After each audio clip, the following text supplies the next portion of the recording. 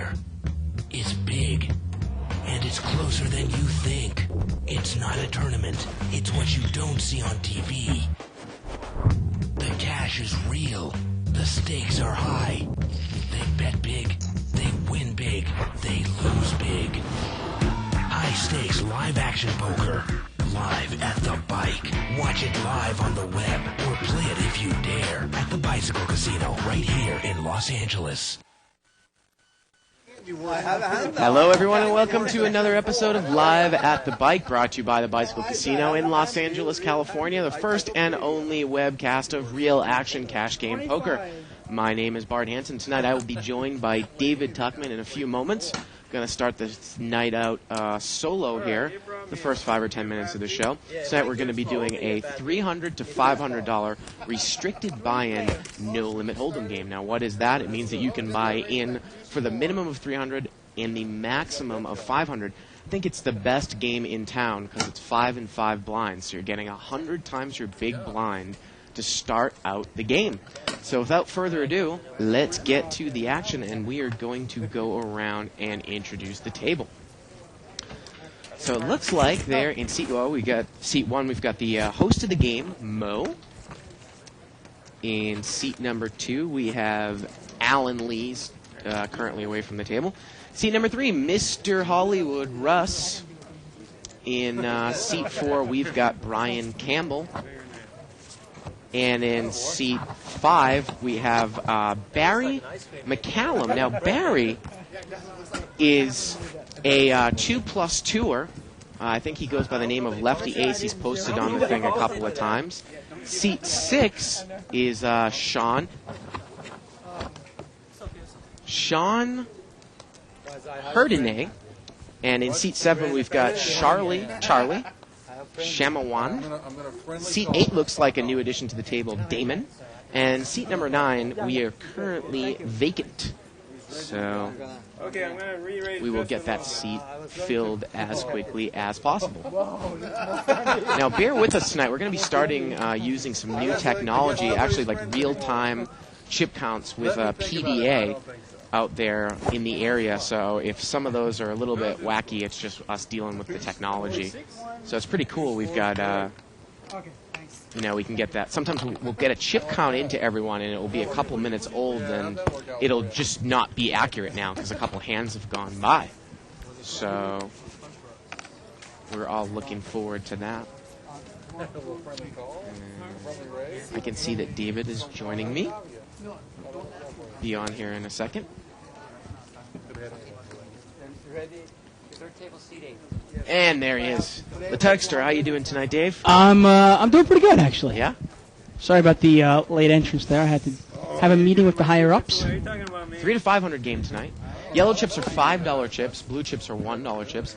Again, the blinds are 5 and 5. We got a 2+2er in the game there, seat 5. Lefty Ace. Yeah, see how tight he plays. Well, great. I have to go say hi to him. I didn't realize it was him. And Charlie in seat 7. He's got pocket kings. He's going to raise to 50 after and a couple limpers, I think, or one limper. Last time I limp, guys.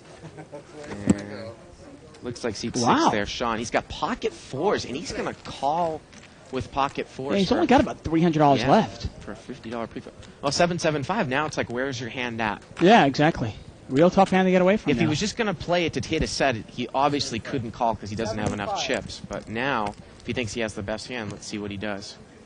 $75 bet here by Charlie. Oh, and he's kind of trapped himself here. Mm. Watch him catch a 6 here, and he really traps himself. It's a $250 pot now, and ace comes on the turn. How about if Sean goes all in right here? Oh, that's not going to happen. And Charlie's going to bet 75 here again into a 250 pot, and he's going to take it down. Yeah, he didn't like that turn, obviously. Well, of course, Dave, no limit hold'em is a game of implied odds, and probably why at least why I question it. And of course, because I know that you think exactly the same way that I do. All the time, yeah. All the time. I'm really just you, Bart. I'm like a mini Bart. If you make a call with a low pocket pair there, trying to hit implied odds, you're going to hit a set, 1 out of 8 or 8.5 times. You hit your set on the flop 1 out of about 7.5 times. 7.5 times. And you hit your set out of all 5 cards, like 1 out of 5, or lower 5. So if you're just going to play it and call the flop, you really would want to make that amount of money off of the raise. So if you raise it to 50, geez, I'd want to make like 400 if I can get the guy to pay me off. Well, that's the problem. Then you got to even look at it and go, what if I hit my set and this guy's got ace-king, though, and I'm not even going to get paid off? Right. Button is in seat 1. Mo's got the button. And it looked like it was limped around. And the flop comes 4, 6, 7, all hearts. And Mo has got 7, 9. He's got the top pair and the 9 of hearts. Alan's going to call with the second nut, and he also has a pair. Turns a 9. Now Mo's picked up 2 pair, and Mo moves all in. He's moved in. Looks like for maybe 500, and was Russ actually in there with Queen 5? No, he wasn't. Okay. And Alan's going to get away from it. Now, Alan plays it really, really tight. I'm even surprised he even called sometimes there on the flop out of position with King 4. Okay. Obviously, he was just trying to see if he could get a heart there. Of course, he did have an overcard. Hey, if you want to follow a live thread that started on the internet, you can go to 2plus2.com, spelled out, click on forums, click on World Poker Tour and other televised tournaments, the official Live at the Bike thread for October 6th. You can also email us at liveatthebike.com. It looks like Sean in seat 6 is raised with 3-5 of spades, Dave. And no one calls. Well, you can raise with anything. Can't call anything. Now, when you're calling a big bet with pocket 4s, to me, to make that a profitable play, you've got to be able to at least think you can outplay your opponent. You know, put your opponent on a hand, be really good at reading your opponent, so you don't necessarily have to hit your set to win. Use scare cards and so forth. Well, if you thought pocket 4s was good on the before the flop, I mean, that flop is not a bad one for pocket 4s. Right. Well, I mean, that's what I'm saying. You really got to be able to read your opponent and see. You know. Hollywood Russ, he's going to raise it up here. He's on the button. Acey-deucey suited. And look at this. Sean's going to pull the limp re-raise with ace-10 of diamonds. He makes it 100 more to go. Well, Russ can't like his ace-deuce now, huh? Yeah, maybe he thought Russ was just trying to, get the blinds and the limpers there. And Sean's hand is good right now, and Russ is going to get away. Never trust the limper. Oh, you want that purple? I don't know if you've ever seen Sean on the show before, Dave, at seat 6. Sean, no, he's a newcomer. Love to see new blood, you know? I didn't say glasses and hat. I said glasses. Oh, I said hat. Of course, we always want to welcome some of the new people that are watching the webcast that might have heard of us from the article that was recently published in the newest edition of Card Player. He's got sexy glasses. Yeah, page 12. Glowing review. Yeah, those are block glasses, but they're see-through. See-through. And no, I didn't sleep with the guy. Well, I was going to say, we only had to pay that guy a nominal. Damon is he's gonna bring it in for a raise here. Wow, loosening up. He's usually super tight. He's got 10-4 offsuit. Well, this is a smaller game than a lot of these players play. You know, you got Damien in the game, you got Mo in the game, you got Hollywood in the game that normally play the 500 game or even the $1,000 game. And since this is a 3 to 500 game, you'll see him playing a little more aggressive today. Now, Russ makes a call with ace-9 offsuit, and Damon's going to bet blind on the flop. He bets 90, and that's not a good flop for And, Hollywood. 10-4 over and out. King, 7. Just make sure it's double. Hollywood can pretty much only beat a pure bluff. I was just surprised that, now normally from actually Damon hasn't been, he looks like he's going to show the bluff. Just to give you a little bit of background on Damon, he hasn't been on the show that much, but, I've played with him, and Dave, you've played with him in the no-limit games. He's one of the tightest players, and, I don't think I'd call a raise with ace-9 offsuit if he's coming in under the gun there. Yeah, he's pretty, but to be honest with you, though, he does mix it up occasionally. Yeah. He had a really good showing, actually, in the Legends of Poker main event. Finished in 11th place in the Legends of Poker main event, netting himself $36,000, and then backed that up at the LA Poker Classic. He called me from $10,000 or no $5,000 tournament, and he came in fifth, I want to say, and he netted himself 42 grand, and that was in a span of about 5 weeks. And it was I know what you're going for there. Tournament across the street, like Heavenly Hold'em or something. LA Poker Classic's back in February. Actually, I think it was the California Poker Championships. That's right. There Thank go. you. Yeah, there you California Poker Championships, and it was the main event, a $5,000 entry, and he came in fifth place. go. Well, look at this. Alan's got pocket queens. He called that call? And An ace king and ace jack. yeah, Wow. Alan raised. Charlie's called with ace king, and Mo's in there with ace jack. Looks like it was about a $45 raise pre-flop. He's got about 135 in there. King 7, 10, and Alan's hit top pair. Charlie's hit top pair. 75. And Alan immediately checks with the queens from up front. Charlie's going to bet. Ooh, look at this. Mo's going to call with the gut shot backdoor club draw. And Al's out of there, it looks like. Well, you get a bet and a call. Your queens look pretty bad right now. Well, it turns with 10. 60. Mo calling for a gut shot there. That's it, huh? And Charlie's going to bet 60 here, Dave. That's it? Yeah, the pot was like about $280, and well, that's enough. Mo's out of there. I mean, I like the bet on the flop. $60 there. Not much for a draw out there. I mean, if somebody has queen jack, I suppose. Yep. Or 8-9, but 8-9 or queen jack. I'm not sure you put Mo on that hand. Button is in seat 6. Blinds are 5 and 5 in this game. I think I was saying earlier before you got into the booth, I think it's the best game in town. Because it was. This is the game you play Friday nights when you're off. Yeah, I mean, we're talking about some of the other card rooms in the city. They'll have $5, $10, $400 restricted buy-in games. 5, 10 blinds, 400 max games. Oh, that's terrible. And it's like a 200 game, you know? Yeah. And then there's no step there in between that and an unrestricted 10, 20 game. Yeah. You know? And even though sometimes our $1,000 game is a better game, Yeah. unless you're pretty comfortable throwing $2,000 or $3,000 around, Yeah. it can be tough. Right.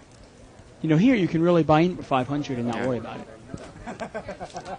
We got a raise here by Mo. He raised it to $10. He's got king 10 of diamonds. There's a caller in the field, and then the blind's in there with king 9. And look at this. Charlie's hit bottom 2 pair, and he leads out immediately. I like the bet. He bets 60, and Mo quickly calls with king 10, Dave. Wow. Well, and it's a nice bet by Charlie. Charlie's hoping that Mo's got an ace. The Yeah. problem is ace king 9.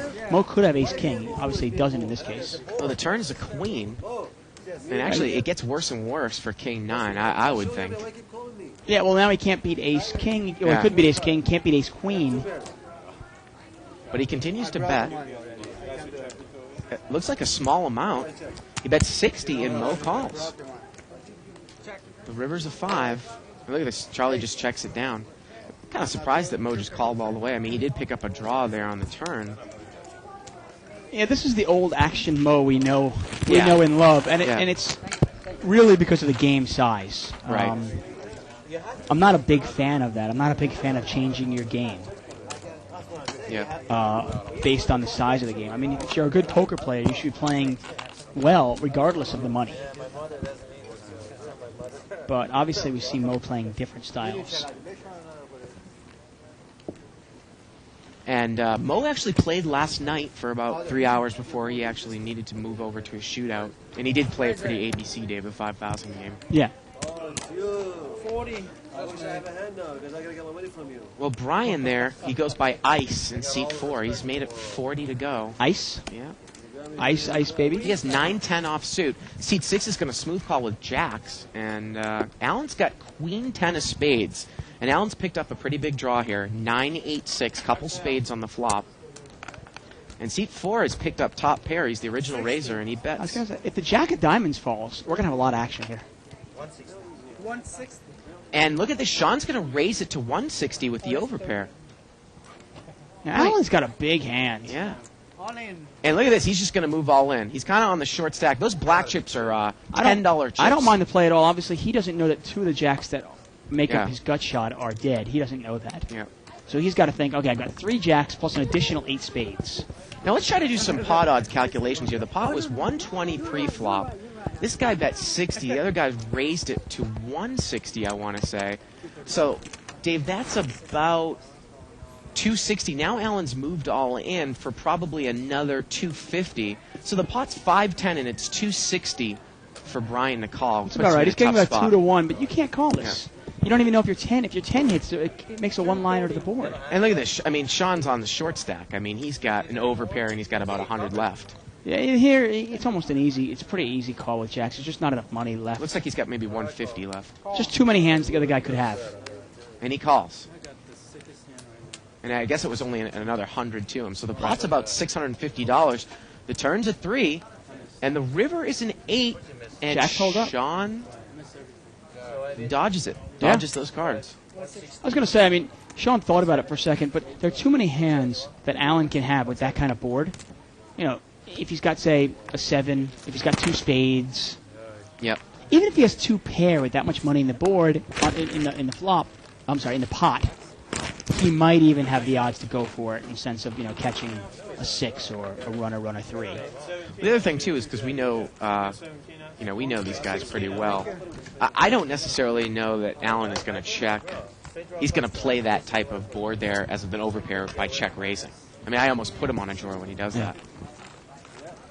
Well, look at this. This is the chip count here. Newest chip count. And seat 6 there, Sean. I think he adds a little when he wins that hand there, Dave. Yeah, you think? Yeah. And Allen, he's down almost to felt now. So seat 6 is probably the leader here with maybe 800 or 900. Yeah, exactly. Yeah.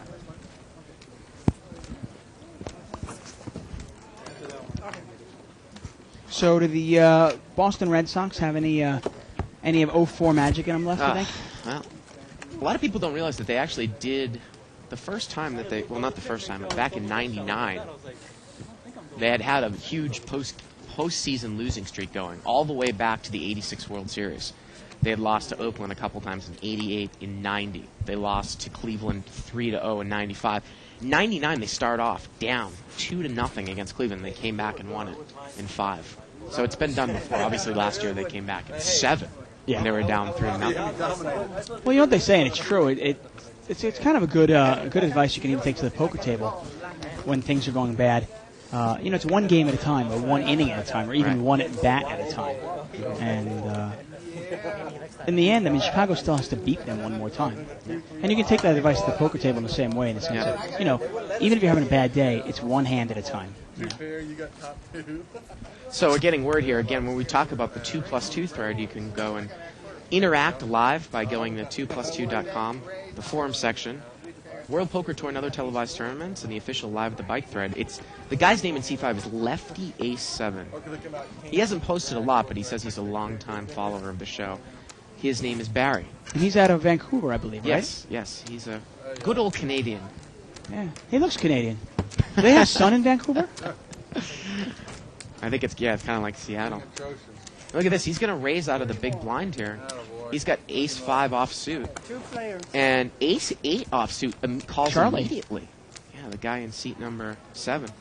And Charlie's picked up a straight draw. Jack 10-9. Check. And it goes check. Now it turns a 6. And now Barry's going to bet. 40. He bets 40. Sure, yeah. It's kind of a small bet, but look at that. Charlie just mucks it. I'm really surprised. I don't understand the play by Charlie, though.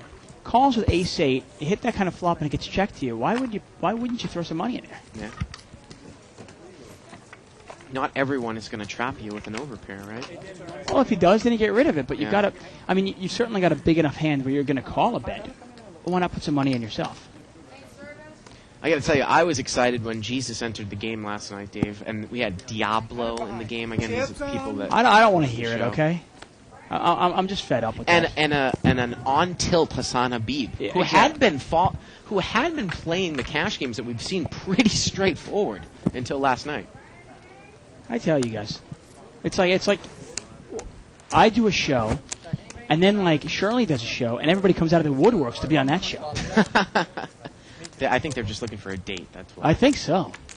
Pot was limped around here. King 10-6, couple clubs. Sean's got the best hand here with king. 100 behind. Top pair.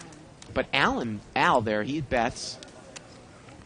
I think he bets immediately with 7-10, and we've got a couple callers. And Barry, lefty ace-7 there, has just made his flush. Yep, called with the flush draw, and he made it. See how he plays it. He checked it, Dave. Now, obviously, there's a couple ways to play that, but I usually try to put some money in with a low flush on the turn. The river's at 3, and now he's going to bet. He might get paid off now. And he does. And he shows the flush, and he takes it down. You know, a combination of, like we say, action killer club on the end. You don't know if your hand is good. But, you know, regardless of that, you know, you don't necessarily always have to go for the check raise. You don't know if someone's going to fire there. No, Right. he did. Well, you know, I mean, when there was action on the flop and then he hit his club, obviously he thought he could get a check raise in. Yeah.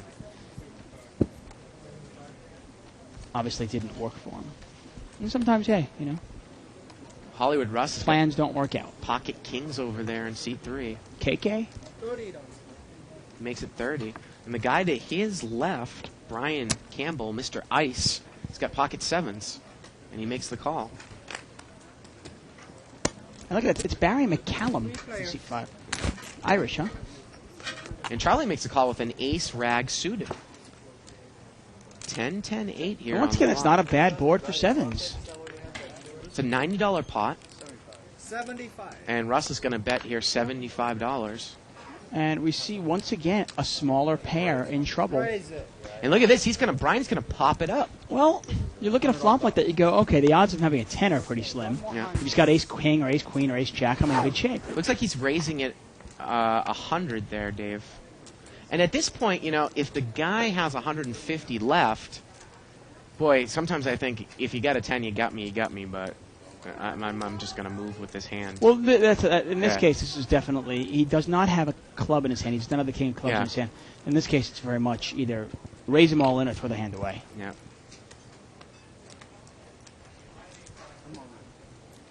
All in. And he moves all in here. Call. And look at this. Pocket 7s immediately calls, and we're looking at a $500 pot. Turns a 3, river's a jack, and Hollywood Russ is going to take it down there with kings. Not put you on that. And that's, the only thing I don't understand, though, is Not put you on that. Fletcher getting ready to re-raise me. when Hollywood moves all in, how do you call with 2 7s without a club in your hands? Yeah, it's tough.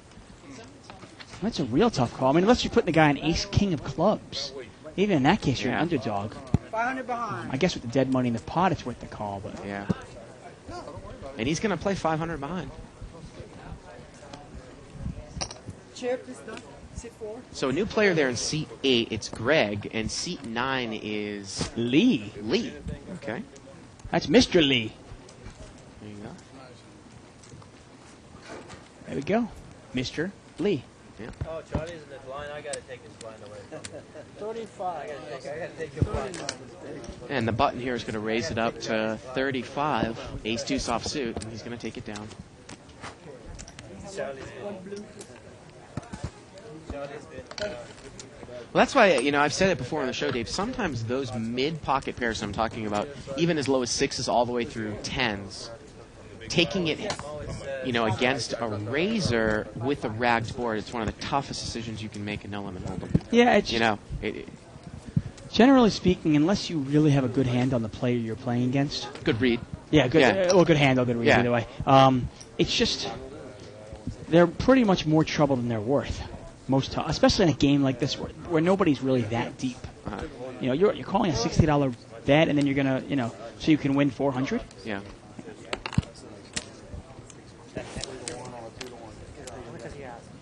And Sean here in seat 6 is going to raise to 30 with King Queen. Seat 7 and seat 9 are in there. And 10-8-8. Flop didn't hit anyone. But the imposition raiser makes a continuation bet. He's here. got the worst hand, but he might win this pot. Oh, excuse me. Yeah, he's got the Queen 7. I think I said he had King Queen. And he's going to take it down. I mean, if you do the math really quick on those small pocket pairs, if somebody bets $60, right, and you have to call $60 with a small pocket pair hoping to hit your set, and you only hit the set 1 out of 7.5 times, you can think about that. You go, okay, you're putting in $60, putting in $60, putting in $60. 7.5 times, you're talking about putting in $450 to hit one set. Absolutely. And then again, like, And then there's no guarantee you're like going to you get paid said, off. you got to get paid off. I mean, There's just, it's almost like if you hit a set and the guy had ace king. Well, if there's no ace and king there, you're not going to get paid off. Yeah, so I mean, it's a coupled with the fact you got to hit your set and the other guy has to hit his hand. he's got to have a big pair, right? A big pair or hit his ace king or whatever. And if you want to try to get the odds of somebody having ace king, you having pocket 7, and the flop it coming out ace king 7 or ace blank 7, well, those odds are really, really big. That's always the next. Pot was limped around pre-flop and it gets checked around on the flop. Yeah, I never would have put you on that either. If that went that way. Yeah. And Mo caught top pair, did not bet, and he caught trips on the turn, and now he's bet. And he's going to take it down. Yeah, it's interesting how, I mean, you know what we said, that usually you don't want to change your game up according to the size of the game. But it's just reality. It happens, Dave. I see it with Mo. I see it with other people. There's a gentleman named, the English gentleman that plays on the show. What's his name? George. The Greek poker god? Yeah, the Greek poker god. I mean, he will mix it up in this game, but boy, in that 10-20 game, you know, he's just holding on to ace king and smooth calling and seeing what's happened on the flop. Totally. You know what I mean? It's Phil Gordon actually addresses that in his book, and he says, he actually was talking about that, and he says, there's no, okay, well, let's see what happens here real quick. pocket nines here from Mo. Gonna raise. He's my friend. He's your friend. Good. 35. He's gonna take it down. I think he was just heads up against the other Yeah, blind. and Hollywood throws it away. Yeah. Phil Gordon actually says that. He goes, if you're thinking of going pro, and he was writing this, he says, you have to play every game, whether it's 5-10 Hold'em or 500 1000 Hold'em, the same way. But the reality of it is what you're saying is people just don't. Most people do not. Yeah. Um, Oh, we got a post on here on 2+2 by Fodoc, and he did email us last night. Of course, you can email us at live@thebike.com, and I did pick that email up today. Sometimes if you send an email after, say, 8:50, you know, I'll come in before the show the next day and check all the emails from the day before, but that one will get, you know, sometimes missed until the next day.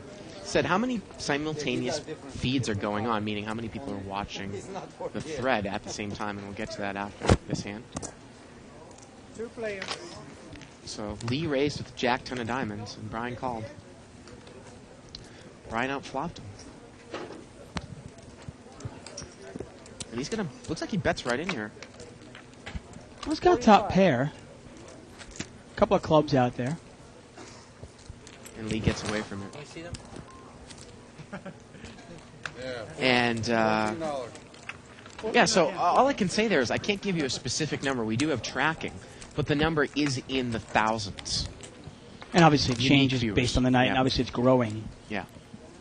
The other thing I can say is the television show that we are now on in Britain, the LA poker scene, which is on Sky Satellite 265, the amount of people that have access to the show is about 7 or 8 million that subscribe for that Sky Satellite service. Sky Cable, yeah. Yeah. And obviously television in the UK is a lot different than it is here. But yeah, I mean, with but they cable. have very similar in the sense of, you know, cable network. Mhm. Their Sky Cable is equivalent to, say, like our DirecTV. Right. Lee has flopped the flush here. 30. I think the pot was limped around here. Ace 10, 6 of hearts on the flop. And unfortunately for him, no one can call. No. But there's all kinds of wacky things going on in the UK. You know, if you actually just have broadcast TV, like if I'm hooked up with like a rabbit ears, like here in the US, you just pick up the signal. There, you actually have to pay, I believe, a TV tax. Yeah, you do. For BBC. And they've got like these little, DA and other. supposedly like little trucks that can come around and detect if you're picking up the signal, and if you haven't paid the tax, they'll get you. There are very few people in England. I mean, I'm sure there are some, Yeah. but there are very few people in England that don't have some sort of cable. Well, there's only a few terrestrial stations, right? Like channel 1 through 5. like- 2 yeah, BBCs, it's like- channel yeah. 4, and yeah. It's like 4 ITV. channels. Yeah. And if you want to watch the Premiership, if you want to watch football, Right. soccer, Yeah. so to speak, you need cable, which Yeah. obviously is huge in England. Yeah. Here's action. There you go. I'm dying for a beer. What do you care? Really? Have you had Oh. a tough day today? I'm just dying for a beer. Oh. Mr. Hollywood's going to raise here with Queen 6 of diamonds. Well, maybe we can get you a Carling. Sure. Dave. I'm up for anything. Oh, thank you. That's the only English beer I can think of off the top of my head. It's actually, I mean, Actually, you know what would be perfect right now? A little sushi and like a Sapporo. That would hit the spot perfect. well, there's a few people away from the table right now. Because this drop every hand. Button is in seat 5. Sir. Big night. Once again, we are live at the bike. I'm David Tuckman here with Bart Hansen. We're playing No Limit Hold'em. Blinds are $5 and $5. By every half an hour. Right, so then you everybody would have. And it's a $500 maximum restricted buy-in game, or you could buy in for $300 minimum, so there's a range. This game can get pretty big. It can. Give it a couple hours, and it can get really, really big. 25. Seat 4 is going to make it 25 to go here with King 9 offsuit. One of my least favorite hands. And he's not going to get any play. When this game was first started again, what was it, like maybe 5 or 6 months ago, it did play tight. Now it's got to be, one of the biggest action games in the whole place. Oh, this game is, I love this game. I really do. Look at this. We got an email here from Christian, looks like Grimshy, from Norway. Ah. Says he's watched for a long time. He likes the commentary. He says, I play a lot online. What's bad to see is all the trash talking and live tilting. It makes me not want to play in a casino. I think maybe he might have been referring to last night when these guys were really going at it against each other. And obviously that's not a normal thing, is it? Yeah. We don't see that on an everyday basis, trash talking. Pot was limped around here, and Brian has got trip kings. Now he's made a full house. 15. And he bets, or he just makes a motion for chips, and everyone folds. Yeah. And it's funny, once you slow play it on the flop, it might even be worth it to check it one more time. One of the few times where we might endorse slow playing. Well, I mean, I would rather just bet on the flop, but Yeah. if you're gonna actually check it on the flop, well, you might as well check it on the turn too. Yeah. Hope that somebody picks something up or somebody tries to steal it on the river. I wonder if that guy's from the Oslo area. Oslo? I never, Have you been there? I never made it up there when I was living in Europe. Lefty's got the old suited connector, 9-8 hearts. They actually spelled my name in Card Player wrong. They spelled it Norwegianly with the S-E-N at the end as opposed to the S-O-N. Did they spell my name correct? Nobody ever spells my name correct. Pot's limped around here. Ace, King, Ace. This is interesting. We've got trip aces for Mo. We've got a heart draw for Lefty. Barry there in seat 5. But Sean is going to bet, it looks like, with nothing. And Mo just calls. And Barry calls with the flush draw. Turn is an 8. And Mo checks again, Dave. And look at this. Barry's going to bet here. He's got a flush draw and a pair. Yeah. He bets 40. Sean was betting with nothing. Now he picked up a pair, but he doesn't like it. And Mo is just going to call. He's playing it conservatively, Dave, I think. I don't necessarily know if he knows he's good. And the 10 on the river comes. And look at this. He's going to bet again. Bets 50.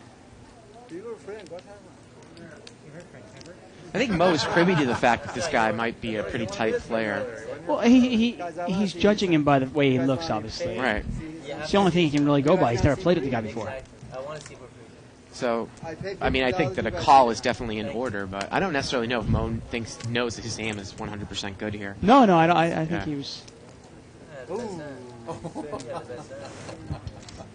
And Mo takes it down there with the ace 5. I want a lucky chip. I need a heart. What kind of lucky chip?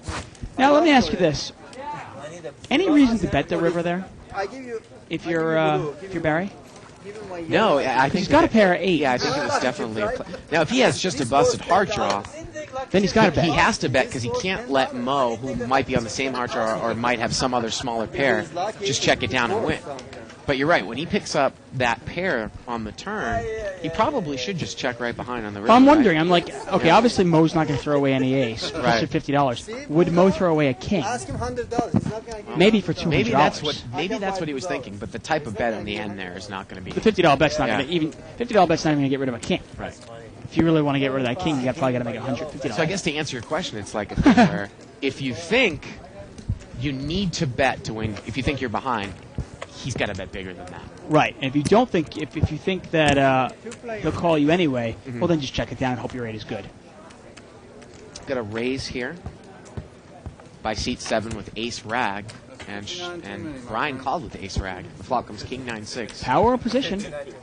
Sean takes it down. I wasn't even warned that, huh? I heard it's cold up there in Norway. It feels cold. I've never been there, but it just seems like it would be cold. I have to see it. I pay, you are free. You guys gonna see free? Button is in seat 1. That's Mo. They should Small broadcast blind is these Allen, conversations here. and the big I blind think is that's Russ what in seat 3. Hollywood there. Yeah, they got microphones. They do. Seat 9, Lee, or Mr. Lee. He's got pocket 8s, and he's going to raise it up.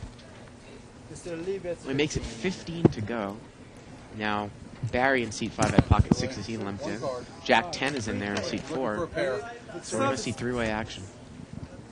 See, now $15, that's a reasonable raise to call something with pocket 6s. Queen 10-3 here. Now, Brian's hand is actually the best hand. And he makes the check call. Lee only bet, I think, 15 again on the flop, dude. Spade. Oh, and there's the Oh, 6, wow. but he just folded. Yep, Barry would have spiked this. And now Lee's going to bet 35, and Brian quickly calls. Oh, and the river is an 8, and he spiked it at the end. And look at this. Brian is going to... I think Brian bet the end, Dave. And Lee quickly went all in over the top of him. Wow. Now, had this flop gone backwards, Yeah. we really would have got some really good action. We got action anyway. He can put only 5. He could only put 5. Oh, and I think what happened here, Dave, was that Brian went out to put a bet out, and Lee went all in too fast. And now the question is, how much is he going to bet? And I guess they're not going to tie him into any bet. I think Brian was trying to put... Was he trying to put some sort of, like, kind of a blocking bet there at the end? I think so. Try to name his price. And Lee just did it Lee too jumped quick. up. And he's not... and the guy hadn't released any chips, so... Huh. It's interesting. I mean, in the end, if Lee really wanted to, he could have probably tied Brian into putting in a $5 bet, but that would have been it. Really? Since he hadn't released Yeah. any chips, you could have said forward motion. Now, in limit hold'em, obviously, it's whatever the limit is. Right. But in no limit, the minimum bet is only $5. And I think Lee plays a lot of limit. And you know what? If that guy put in 70 or 80 there and Lee moves all in for 140, that's a $140 mistake that Lee just made. Oh, it's a huge mistake. Yeah. Yeah. He just got too eager, too excited. Yeah. Pot is limped around 5 ways here. That's a Jack, $25 pot now. yeah, Jack 10-3. Looks like C2's got King Yeah, it's Jack easy if I don't want to call. on the button. But Russ comes out and bets here. Hollywood. He's got middle pair. Let's see what Allen does with this. He's got top pair with a pretty good kicker.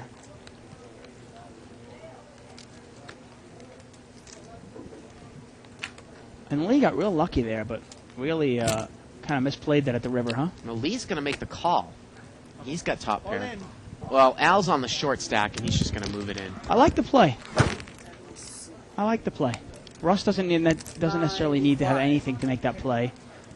Lee could be calling with a draw. Would have been interesting to see if Al had more chips, how he would have finessed that with the call in between Right. by Lee. With only $100, I guess it's pretty easy, huh? So let's see how much more it is here. Looks like an additional $95. Charlie, can I have your chips? And Russ mocks now if you're Lee. Wow, Lee just makes the call, Dave, quickly. And he's in bad shape. He's going to Yeah. get a 9 or some sort of runner straight. Got a jack. Turn is an ace, gives Like if Allen a royal flush draw. And the river's an 8. King Jack must be good. That's it. The King Jack's going to win. Allen takes it down. Wow. Big old. About a Actually, $300 pot. you know, with the diamond coming there on the turn, it improves Allen's hand. But, you know, if the board had paired at the end, they would have chopped it up because of that ace. Yeah. So one out but miss, and Sid one haven't missed.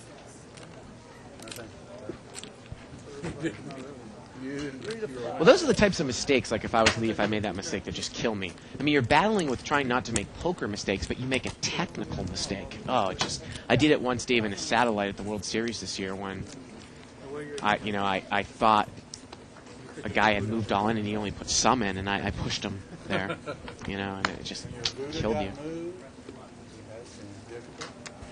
And we're going to look at a chip count here. It looks like Hollywood is up in the lead.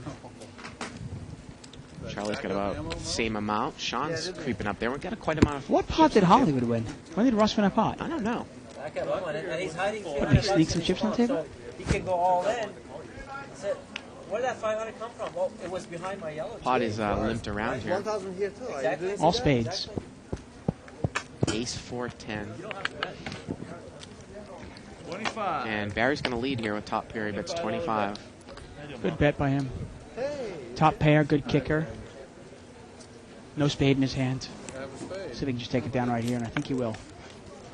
What happened there in the satellite was a guy had actually... It was towards the end of the satellite where three-handed. A guy had actually made a bet. And I had a flush, and I was kind of slow playing it on the turn. And I thought he moved all in. So I shoved all of my chips in and said, call. But he didn't move all in. He had only bet, and I ended up not winning the satellite. Oh. Those are and he was so committed he would have had to have called. Right. At the end. Yeah, it's a killer. Yeah, it's just one of those things, It's a lesson we all learn, and it's a good lesson to learn, actually, is no matter what hand you have, especially when you're playing no-limit hold'em, you can do it even in limit because you want to get a practice of it, is take a couple of seconds before you make any decision. Yeah. Whether it be folding, calling, raising, even with the most, what seems like the biggest no-brainer. Just take 2 seconds. Train yourself to do that. Got a raise here, pre-flop by Hollywood with ace-6, and Barry called. Jack-9, and it goes check. And it's getting worse for Barry. He doesn't know it, but he's actually in good shape. And now Hollywood's going to bet. 45. It almost seems like Hollywood might be slow playing a jack there. Why wouldn't you bet on the flopping position as well? A board like Jack-9, I'm actually surprised that Barry didn't bet that flop right out. Yeah. Well, you mean with the sevens from up front? Yeah, I mean, that's a pretty decent flop for sevens. Yeah. I got a question here about the cable, or about if we have any plans to try to get on an American poker channel. Well, right now, currently, there isn't an American poker channel, and we do have plans. We're actually shopping our show around through the poker channel in England on a kind of a syndication type format. A lot of people don't understand, Dave, that the cable, say, model here doesn't make a whole lot of sense unless you're a part of a big company. Meaning, if I have MTV, well, I also own, say, G4, and that's why G4 is on your network, because I'm going to withhold MTV. It doesn't really work that way in England. No, so right. it's big corporate conglomerations, so that's why we haven't really seen a poker channel yet. The little guy just can't come around and create a cable station. It's very difficult. Because the individual cable networks aren't going to pick it up. You have no leverage. Right. Yeah. Unless the little guy has a lot of money. Yeah. A lot of money. Got a raise here out of the small blind to 40 with King 5 of diamonds. And Brian calls with Queen Jack. And Brian is in position and he hits top pair. But Sean's going to probably have to bet the flop because he raised out of the blind, Dave, and he does. Bet 75. Now, if you're Brian here, do you just kind of, it's not a scary board. Yeah. If you think you're good, do you just call? Looks like he's just going to call. But again, this is one of let these Sean keep betting it? Just one of these situations with Queen Jack where, unless the guy's almost a total maniac or super aggressive, you might kind of win a small pot but lose a big one if the guy had an overpair. Because if this guy just checks and you bet and he folds, which looks like it's going to happen. And he's going to bet No, it. he's gonna But bet. it's not a bad time to check one more time. I mean, there's impossible to make a flush on the board. There's no straight out there, really. There's, you don't necessarily want an ace or a king to come, though, on the end, right? Yeah, but sometimes you're willing to take that risk to induce a bluff on the river. Well, it's a $100 bet here.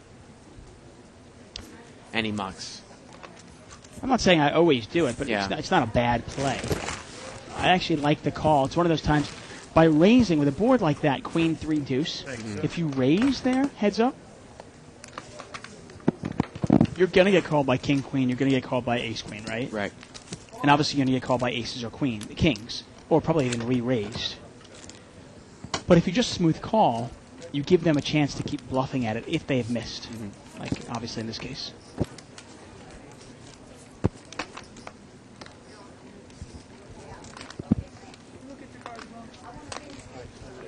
Button is in seat 6. That's Sean. Small blind is Charlie. Big blind is Greg. Seat 8. And Barry limps in with a suited connector. I take it you didn't have a queen there, my friend. 5 players. And we're going to see 5-way action. Limped around, $25 pot. 9 deuce deuce, couple of spades. Barry's got a flush draw. Yeah, he's been all over those flushes, huh? He does not bet in position there, Dave. Charlie had a top pair. He didn't bet either. The turn is a 6. And now Charlie's going to come out and bet here. Now Barry's got the open-ended straight draw as well. Yeah, he could have really raised there on the turn, don't you think? With that big of a hand. And the river is a 9, and now Charlie makes a full house. That sequence is killing me. Made one hand. The jack comes, the case jack comes. This is probably going to go bet. 2 pair and you make a slap. Yeah. Yeah. Now, I have a couple of problems with the way that Barry played that hand. Sometimes, I mean, he took a card on the flop, but, knowing this game, and Charlie shows the 9, and knowing how often people slow play, I might bet there, obviously, to buy a free card on the turn, because someone's Right. going to get tricky and I like that play. and try to check raise me with the deuce. Or when, like you said, when the 6 falls there on the turn, I mean, you could raise the minimum Yeah, I got to be honest. I don't like that play. because the guy comes out and fires out. From I don't early. believe it though. Because think about it. The board is 9 deuce deuce, and he's in late position. What is he checking? But people, I mean, you see it 95% of the time. No one bets their trips here. So what? You think he had ace deuce, and he decided in the cutoff seat to just check it one time? We've seen it. We see it all the time in this game. Yeah, People I got to be don't honest. bet I'm not their a big trips. fan. To me, if I agree with you. I would have liked to see him bet the flop. Yeah. I think his hand was big enough to bet in the flop. Maybe get called by the 9, and then he buys himself a free card in the turn, and then he checks it down. No, you No, he won. But on the turn with that kind of board, there are some boards you can do it I with. never saw he do. But when a 6 comes out, a 6 of clubs comes out, it's just not scary enough. It's like, that He's didn't one scare of the me. best player and tight Well, player. it just me. I'm just thinking that I'm sandbagging a deuce if I do it to the guy from up front. Yeah. I mean, it's tough for Charlie to call there if I raise on the turn. Flop comes queen, queen, jack. 15. Yeah, Mo's gonna bet $15. Charlie's open-ended here. It was gradual grind. He makes the call. Nice. In the club. Okay, put the club there. No, put the club there. Put a club there. He's got Or excuse me, Brian makes the call with pocket deuces. Charlie makes Wow. the call behind him. Okay, I'm gonna check. Ice is in. So Brian calls with deuces in seat 4. What part of that flop do you like if you have pocket deuces? No club. Now Mo fills up. What do you Now, I mean, the problem with Brian's call, even more so, is what happens if he hits the deuce? Actually, deuce of clubs gives him a full house, I should say. But, club? He said, Yeah, I hit club. He got pocket aces. Brian mucks now. Check. I'm gonna check blind. He got pocket aces. And Charlie makes the call? Wow. No, he got me anyway. Check. yeah. The river is a 7 of diamonds. Actually, I think that Mo checked, Charlie bet the turn, and Mo called and then just got checked down there on the river. Yeah. Mo takes it down. I mean, you understand what I was saying there? When the board is 9 deuce deuce, and you're in late position, Come in for 10. I did not need clubs. to check that, I don't believe anybody would check a 9 there in late position. And I'm then I've not, got to saying, start. I'm not right. saying representing a 9, I'm saying representing a deuce. And And then obviously, if I did it, I'd be full of it. Yeah, and I've also got to look at it and go, okay, now I'm looking at this player, and the only thing I'm wondering, I'm like, okay, he's in the cutoff seat. What hand does he have in his hand? What is he playing? Ace deuce? King deuce? I mean, what is he playing? That it would have a deuce in his hand. Now, if the blinds did it, I'd actually believe it more because they could have a deuce in their hand. Right. Brian, Mr. Ice, he's got pocket 10s. Ice. Makes it 45 to go. $45. He's still going to call. How do you know that? Here you go. And Mo's going to call him. He's got queen, jack of diamonds. Just call. So we're heads up here. Green flag, call me. A little bit of a race How situation. about a jack rag flop All here? in, all in. See? Check and then all in. Yes. Yeah, he checks and you all in. Okay, you see? Mo says he's I don't going to want check to and move all in. Check and all in. Oh, ace, king, deuce. He's got a diamond draw here. Plus, wow. Plus, he's got the gut shot. Look at this. Brian checks right behind him with How about a the 10? tens. 10. Can I get Turn is an No. eight. Is there ace Well, there? let's see if Mo's going to bet now. Oh, Mo checks it. There's an ace. And the tens check behind him. There's an ace. Don't look, Mo. Don't look. And the river's a six. I don't think Mo's seen the board yet, Bet or Dave. not? You should bet. I I don't think would say Mo yes. has looked at the board. 50, 50. 50. 50 is Whatever less. you grab. Have you looked? No. No, he hasn't looked at it. 50 is good. Okay, Don't- check. Okay, check's good. Yeah, and I think Mo must have really not looked at the board, and he was just kind of playing a little game because you can't let pocket tens take down that pot with that type of board and that type of draw, right? Yeah. Oh, you bet 50? He had a big draw, obviously, but he No, I got gave it to him. surprised actually that Brian did. Well, I guess with Mo never looking, it was kind of Yeah, Mo never looked. Even if you did look and you bet, Brian's kind of happy just to check it Yeah. down. If he looked at it in bed, I was like, ew. you would have won it even if He you had. can call if I bet. No way. He cannot call the No 50. chance. I'm telling you. No chance. What a nice guy Mo is That to was- let him that have it, huh? One of those chips you had bet would have been my lucky chip. Because I told you to bet 50, you didn't do that. I'll get you them doing that. Thank you, sir. Well, that reminds me, Hollywood won that big pot when he had the pocket kings. That was Pocket not kings, funny. yeah. When against Brian pocket overplayed sevens. his That was sevens. funny, that was Pair not of sevens funny. there. No, that was not funny.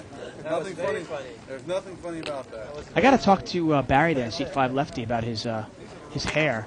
The pot's Maybe been I can get the raised same to hairstylist? 30. That was very funny. Looks like he's got a pretty cutting edge haircut there. I think it's a big thing in Vancouver, maybe. I actually love Vancouver. Vancouver's a beautiful city. We got a raise here by seat 6, ace 8 of diamonds, $30, and a couple people have called here. Mo with the 6-3 off suit and king 7 over there for seat 4. No, not all the other 60. And And, Mo, Saw her with, it gets checked to Mo, and he bets he's got a straight draw. Make it 160. Hey, look at this. Sean's going to check raise him with nothing. He makes it 160. Wow. Just because Mo is my friend, that's all. I can lay down. You But cannot? Please, I can lay down. Please don't show me the bluff. Okay. Because I can't sleep if you show me the I bluff. know, I know. Don't show me. I will not show you. I will not show you. All right, thank you. I can't sleep if you Mo didn't want to see the bluff, and the guy said, all right, I won't show you. And is it just me, or is Mo just like 100% more relaxed in this game Yeah. than he is in the $5,000 game? That was funny. I would show Charlie the bluff, though. You think I should do that, right? I would show Charlie the bluff. Make him think.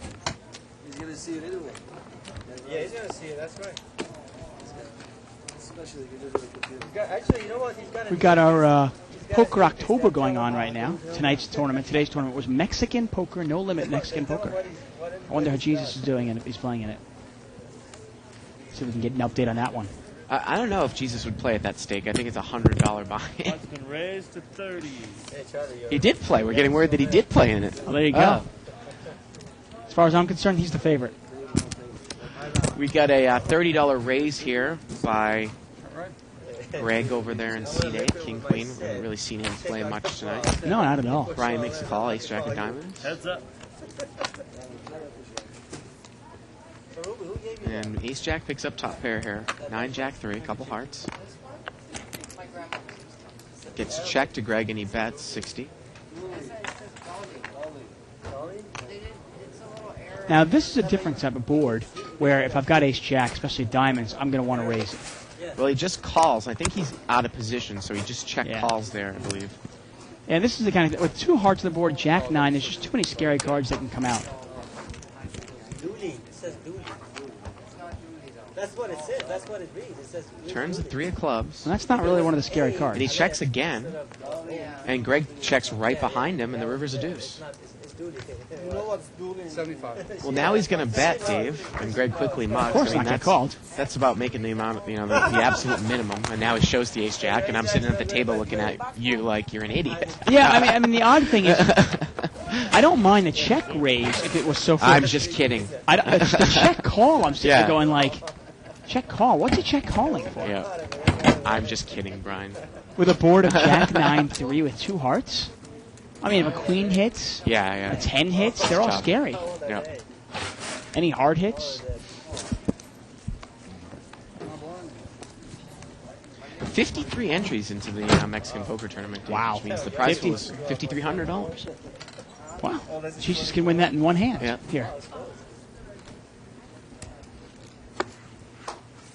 Come on, come on. What was that? Wow, but the casino, we had a $10,000 guarantee. Well, what an overlay. I should go play that Yeah, thing. yeah. I have no idea how to play the game. 25. I was going to bet 25. You were going to bet 25? Okay, I checked. You were going to bet 25. I was going to bet. Pot is lived around here. I just wanted you not to, go nuts. 6-way action, $30 pot. 9, 5, 6, couple spades. Is Did everybody anyone hit anything here? I don't think so. Got checked around. Turn is an 8, There you go. Alan's got a pair now. and the nut flush draw. We all know that. That's And Mo's going to bet here. 60 He bucks. bets 60. 25 bucks. Now, this is the kind of thing, especially with Mo betting, where I definitely like a raise on the turn. On the camera. Don't you? Yeah, I would tend to agree with you. Yeah, this is the kind of case where I think, okay, this guy's. It's first of all, it's Mo, so there's a good chance he's full of it. Plus, I've got a pair of 8s with the ace of spades behind it, just in case. Well, Alan calls. Now, if Mo doesn't improve his hand here on the river, he's going to have to fire into it again, right? Yeah. So, Well, I'd imagine Mo's probably going to bet no matter what. now let's see the river. Well, the river's a jack. And wow, Mo just gave up, I thought. Wow. I think Mo just gave up. Yeah, he just gave up. I guess once he knew that Alan called him, he was done. Well, it is a one-liner to a straight, Yeah. thinking maybe Alan called him with a 7 without a spade or something. What they are saying there? They are saying he's the host. He laid on the winner hand. He Hey, gave the money. there's a fly flying over your food, man. Let it go. Shoot up. He's the host here and he laid down the winner. He laid on the That's a winner nice hand. host. Give me free money. Well, put 400 in and lay it down. Button is in seat 4. See how good a host you are. Playing no limit hold'em here. Blinds are $5 and $5. $30. Pot's been raised. 30 bucks. Oh, I'm sorry. And Greg is going to raise it up to $30 with ace queen. Lee is going to call him with ace queen. And we got a king queen in there. Seat 5. And look at that. Barry immediately gets away from it. That's a good laydown. Yep. $30 bet. Especially when somebody calls a raise at $30, you figure you might be Yeah. really dominated. 5-5-3 here. Let's see who bets and takes it away. It's Greg. There you go. Lee immediately folds. I think Lee was once a low-limit prop here, wasn't he, before he went into the carpet cleaning business? Seat 9? I can't believe I couldn't pull the trigger with $30. Yeah, he worked here for a little while. That was definitely a good fight. I know there were a couple of times he actually tried to hustle me into the 3-6 stud high-low game. Oh, really? Yeah, come on, Dave, help me out, help me out. Thank you. Leave me alone. I mean, he's a really nice guy. Yeah.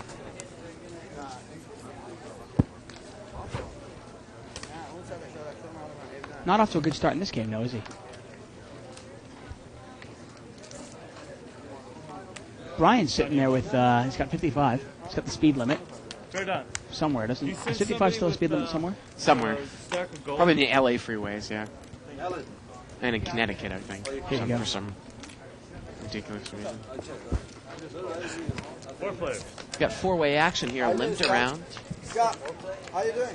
4 play. Family King, show. deuce, 6. Brian's still in the lead here. 20 bucks. Well, Al's got a straight draw, and he bets 20. And Brian, boy, he really likes to call there with those under pairs. He's a pretty passive player. I mean, he gets top pair, he calls. He gets... Turns a 5, and now Brian's hit his set, and Alan's hit his straight. And look at Wow. Brian look like he's That's the like magic. He's upset. What a magic card. Well, you can't put this guy on a 3-4, can you? $40 bet here, and we're going to see a raise here by Brian. He makes it 65 now. Now, unfortunately for Alan, I don't think he has that much money left. Well, he's got 300. Yeah. He just calls, Oh, Dave. no. He just calls. You don't want the river to come apart and kill your action. Yeah, he just kind of slow plays it here on the turn. And the river's a 3, and now it's a one-liner. I call. But Al moves all in, and Yeah. Brian quickly calls anyways. Yeah, I don't mind that. I don't think for a second Brian put him on a 4. Yeah. You know what I mean? How do you put the guy to 4? He bet that flop. Thank you very much, sir. Flop is king 6 deuce, and he bets it. You can't put him on 4-3. But just, like Wow, like you said, magical 5. Yeah, That's what a right. hand there for Al. I mean, just the way that Brian's been playing, and of course we may be more privy to it because we can see the cards and the players, but like we just said, that he had been calling the whole time. So now when he raises on the turn, he was either slow playing a big monster like a set on the flop, or he hit something huge on the He turn. hit 2 pair or something, maybe. Yeah. So Al takes down about a I mean, to be honest with you, $500 I don't dislike the way it was an interesting way the hand played out. I would have liked to see Allen re-raise him on the turn, obviously. Right. Because that guy is going to have something big like 2 pair that he's He's not probably not going going to lay right. down. Yeah. Well, I mean, come on, he paid off Russ with pocket 7s. Right. It's not going to go anywhere. Well, and the other thing too is, like you said, it could come action killer there. But I don't think he was going anywhere regardless of the set. But Right. if he had something like 2 pair, If, let's say he had king 5, and the board pairs the, let's say the 6 pairs, and now there's 2 6s on the board. Right. Maybe that kills his action. Who knows? or let's say the 4 of hearts comes, or whatever. What was the card there at the end? The 3 of hearts. 3, Let's say yeah. the 3 of hearts comes. Maybe, yeah, you never know. Mo has raised here to 35, pocket 8s, and he gets called A by lot of small pairs here. Let's see 2 what other happens. pairs. $105 pot. Well, what a How, flop! how fitting. Pocket 4s, pocket 7s, pocket 8s, and of course it comes ace, queen, jack. Well, Mo's going to fire right in here. And it's not just a small little bet. It's not like a little $20 feeler bet. Well, he bets about the size of the pot. Exactly. I wouldn't mind if you showed me the flop, but I guarantee you had the flop. I actually had a hand I was playing in a little Hold'em game just earlier before I got in here. And I was playing against a hand against Kathy Colbert. Very sweet little lady. And she had raised it. And I looked down, I got pocket 9s. So I re-raised her. You gonna wait? When the flop came out ace, king, blank, she checked to me. So I bet, of course, and she threw away pocket jacks. And that's the power of position in the sense of, you can't, like in that case, obviously, just to show you what I'm talking about, in that case, obviously, Mo doesn't like that flop. Ace, queen, jack, he's got pocket 8s. But he's representing, and everybody else gives him credit for having that ace or the queen or something. 40. Pot's been raised to 40. And we got a raise here by Sean in seat 6. I guess my point is also, when you're scared of the flop, there's good chances your opponent's scared of the flop too. So Sean makes a raise with queen 9 of clubs. And Brian, boy, these two play a lot of hands. With jack 9 makes a $40 call. Out of position. Heads up. You're in, Charlie. Another ragged flop. You love that. 4, 6, 7. A bet there by Sean. How'd you have another Brian queen quickly jack? folds. Thank you, sir. And you see how often everybody misses the flop. Yeah. How much can you? Up to 3, all the way to 5. If you have any questions or comments for us, please email us at live@thebike.com. We do read them, and sometimes we even address them on the air.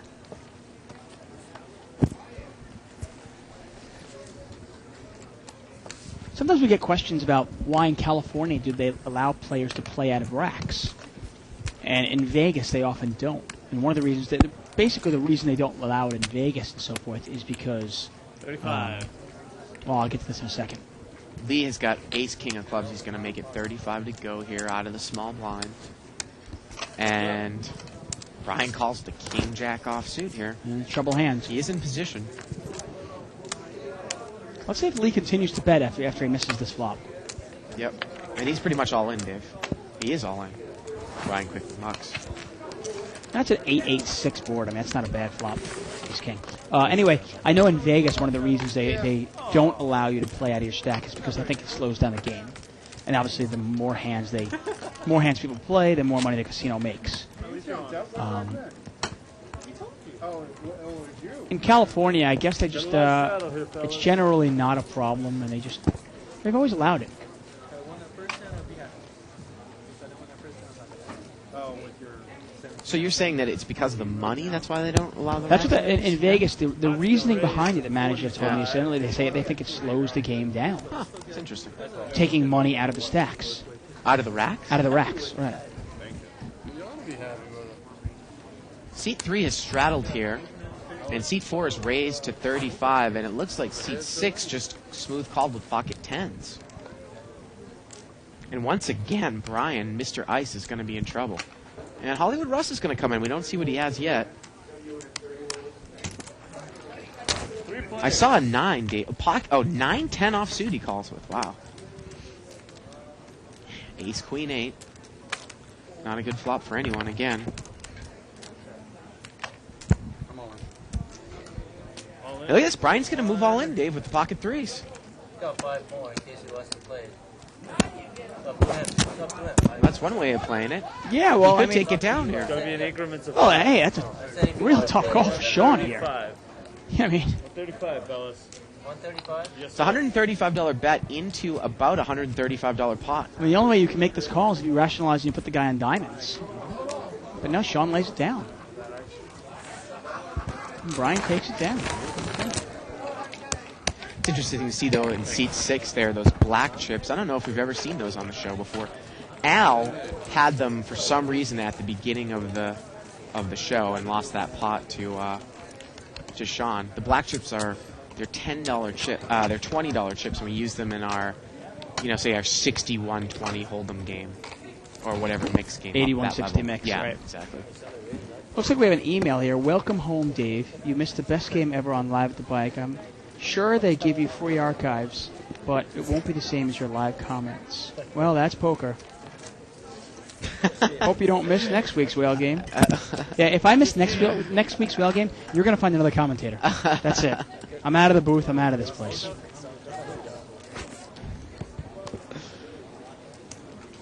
That was from Bill Frick in You Alabama. can't keep buying. 500 is all But thank you for your thoughts, Bill. Appreciate it. They don't allow it. Oh, yeah. Fortunately, we've got another email here from someone. You gotta be afraid now. Looks like from Denmark, Dave. ESO. What And does the beginning of it say? he sent us He said I'm playing on the internet. I'm not really familiar with counting the odds, and now he's given us the hand. And unfortunately for us, we can't go through it while we're on the air. Yeah. We will look at it, though, and address it at some point. We'll look at it off the air and address it. Seat 3 here has got pocket jacks. That's Russ. He's in the blind, and he's going to raise. Pot's been raised to 30. He makes it 30 to go. And look at Sean. He's going to pull the limp re-raise again.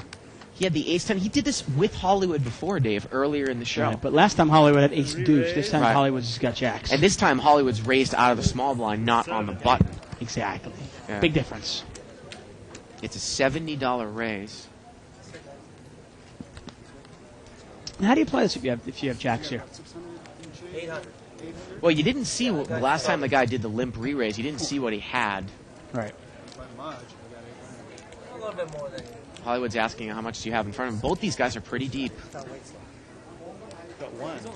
Problem with just smooth calling this is you might get yourself scared because you're out of position. 800 total. And you're out of position, you might get yourself outplayed. Right? 7 plus that. This is right around the break point, Dave, in a cash game. I mean, some people would fold this hand. It's not a ridiculous laydown. Not at all. Well, it's Queens tough. is a little bit different. Yeah, definitely. Yeah. Well, it's just one less hand that your opponent probably has. You're just in a tough spot here. You're going, okay, this guy's limped and then re-raised. What might he have? Well, usually King 10 offsuit is not one of the hands that's going Right, in my exactly. hand. I mean, we obviously see that. But if the flop comes out all rags, you might go broke. He's going to smooth call. And if the flop comes out with an ace, you might get yourself outplayed. And look at this. He's going to check in the dark. We got a $150 pot. Russ says check in the dark. Well, one overcard. See, now this is the case of, like, now, how do you play it? It's really difficult sometimes because you know your opponent's going to bet. 160. And he's going to bet the pot, 160.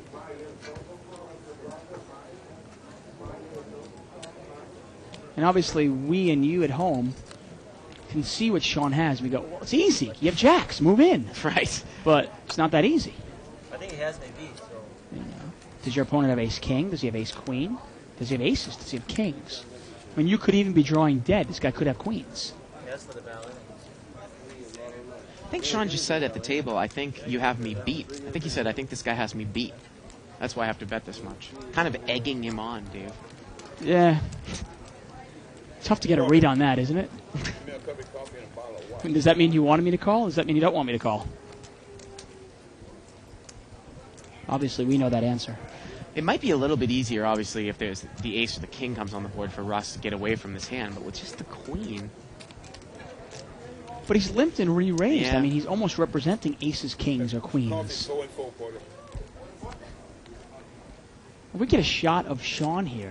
But if What a he gentleman looks like when he's But if I bluffing. thought he was representing that, I probably would have gotten away. I mean, if I'm Hollywood Russ, I would have gotten away from the jack. So I think maybe Hollywood thinks there's a chance the guy has ace-king.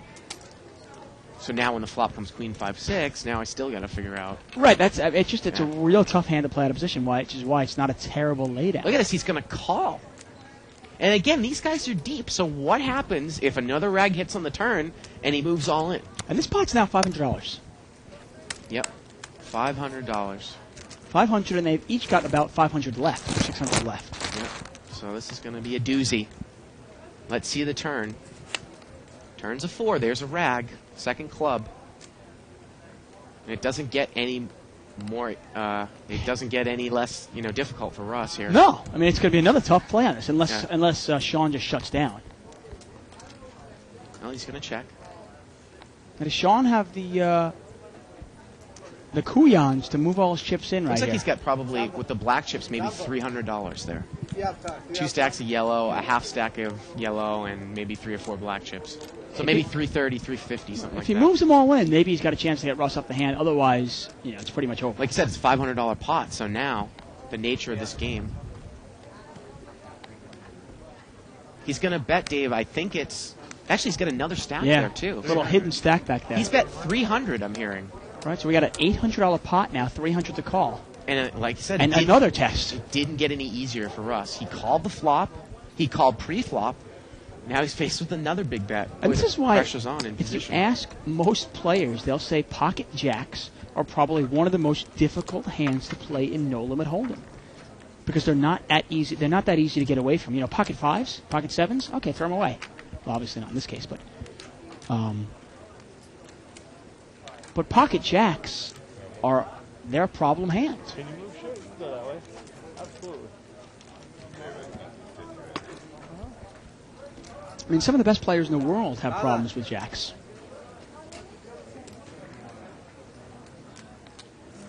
Dave, I think he's going to let it go.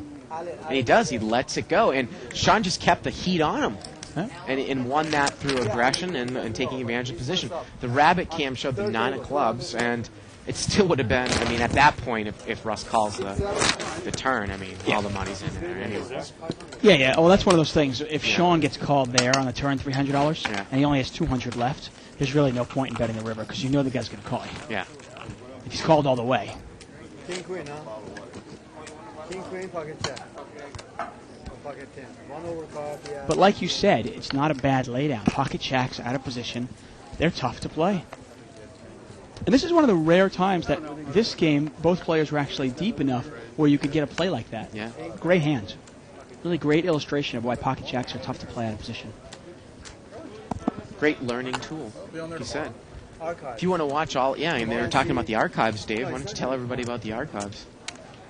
Okay, why don't I do that? Well, the archives, Well, I can... for just $14.95 a month, 50 cents a day, you can watch every show. You can watch that hand over and over again.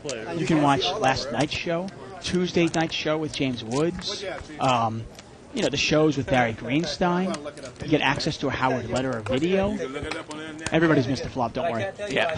It's really amazing, actually. We've got probably close to 1,300 hours of content now. I know you had jacks, yeah. And Don't take my word for it. You can read the article in Card Player magazine. It is the best learning tool out there if you want to be a better poker player. 10-6? Yeah. And you can just click on the on-demand banner at the liveatthebike.com webpage. Yeah, top left corner. And even if you can't stand me and Bart and Shirley, just watching the poker will get you better. Yeah. Listening to Barry Greenstein, Doyle Brunson, Greg Raymer, Howard Lederer even has a how-to video on the thing.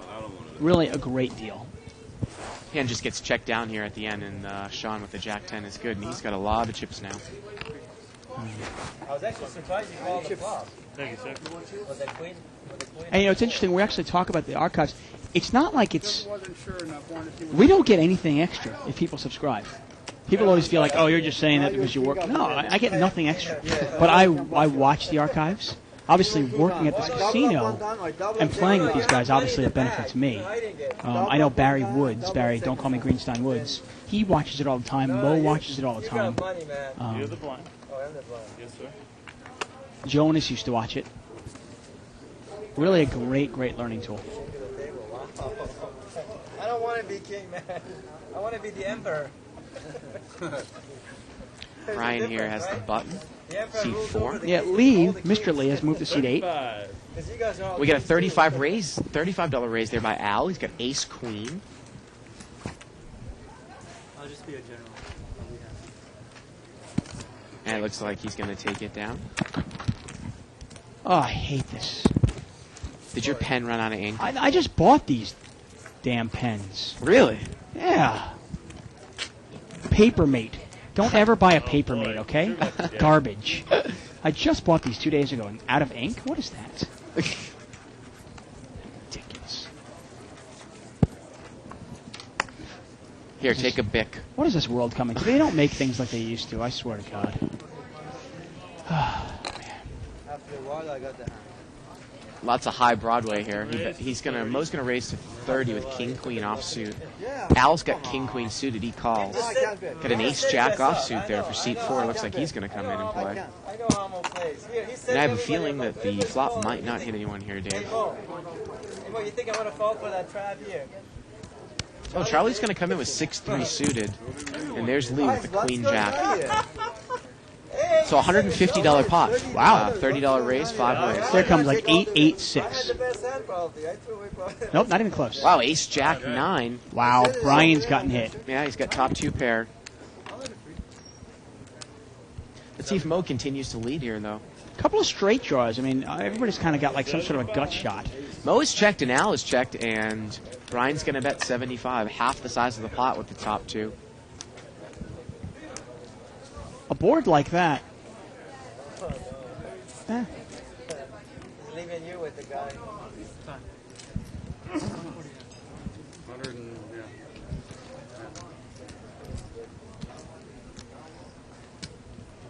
Well, Al's looking at it. He just has a gut shot there. Yeah, he's got a gut shot with backdoor hearts. Not quite sure what he's thinking about. Well, it's a $225 pot, and it's 75 to call. Maybe you're calling for one of 3 outs, maybe? Or then you pick up a heart draw, maybe? Yeah, maybe he was thinking that maybe if I pick up a heart draw, I can make a move on the guy, but he's obviously... This guy, I mean, people should notice now that he's not really going to go anywhere. Probably even with top pair, right? Yeah. O'Brien is one of those... He doesn't really bet it unless he has it. It seems like it. He did bluff that one time with pocket 3s. Thank you very much. See you, Gregor. Good job. Thank you, guys. Thank you. And when they talk about having racks on a table, generally every casino obviously has their own rules. But for casinos, obviously most of the rules are around getting more hands in per hour. And we got a new player coming into seat 9. It's Alan. Alan in seat 9.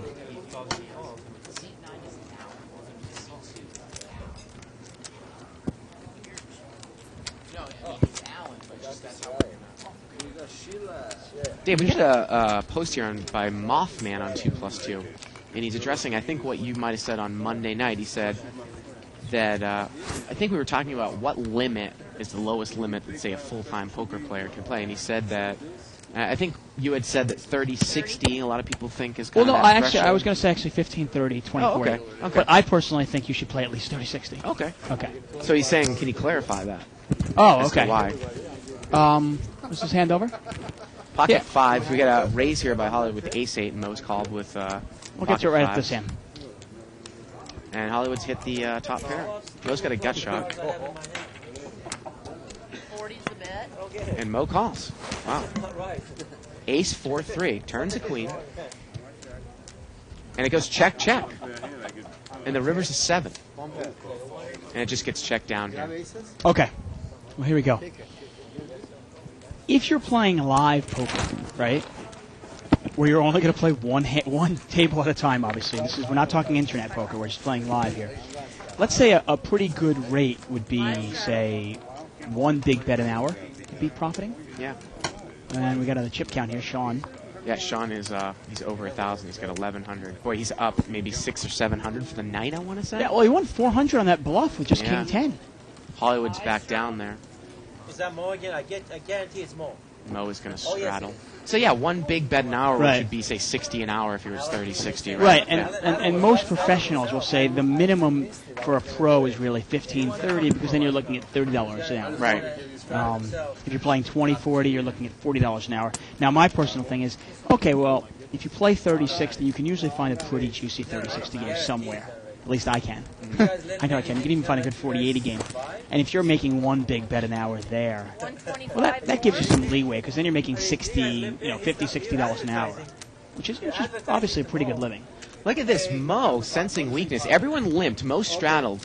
And he's going to raise it. He's going to raise it to pick up the limpers. And Brian moves all in. He smells it. Brian's going to move all in with pocket 8s over the top. Mo made it 130 to go out of the straddle spot. Just trying to pick up those limpers, Dave, because there's about $40 Nice or $50 play in by dead Brian. money. Maybe he's watched the archives and he knows Mo's up to doing this. There's a lot of people that do this out of the straddle spot. I Yeah. think that's why they straddle, because they want to re-raise out of the straddle spot. Now he's gonna save That's him. 375. Mo, he saved you. Who's gonna save him? No, he asked. No, because he's gonna save himself. Now Allen here. He was in the big blind. King 9. He's out. He hit the rock. You hit the rock. Mo's got the Doyle Brunson hand. Yeah. He's not from here. He's got one over. Yeah, he's got $300 more, though. I don't think he can call, obviously.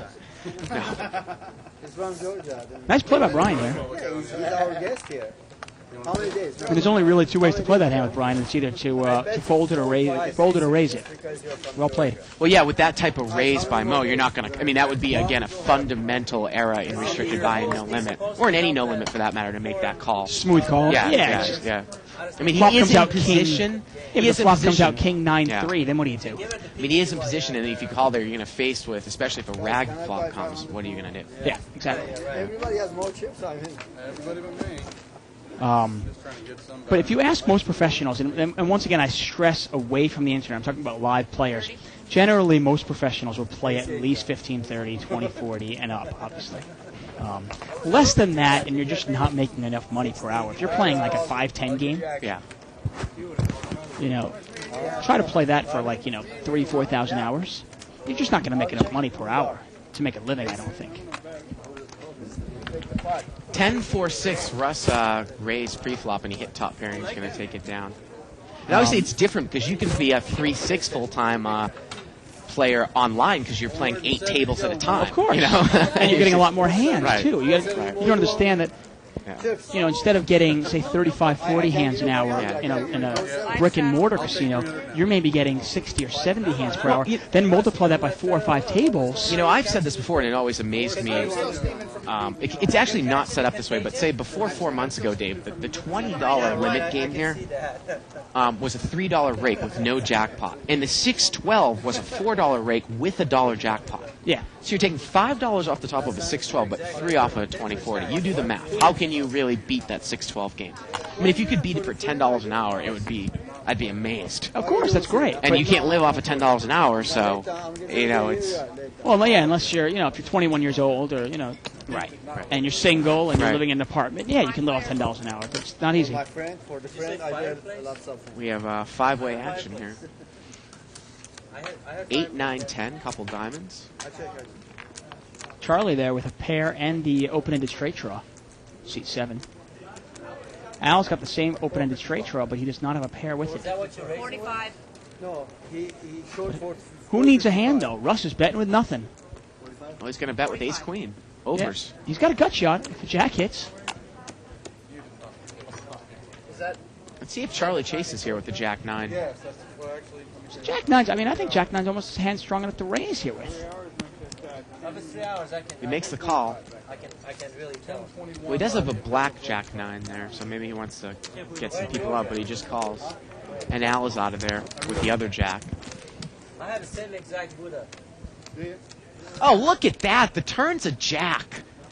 Oh, no wonder he was telling me Wow. this is the only one in Yeah. the world. Really? Yeah, he was We got a check here. Let's see if Charlie checks right behind him. I'll get a whole bunch for you. Check, check. And the river is a 6. And now Russ is going to bet with the queen. 50.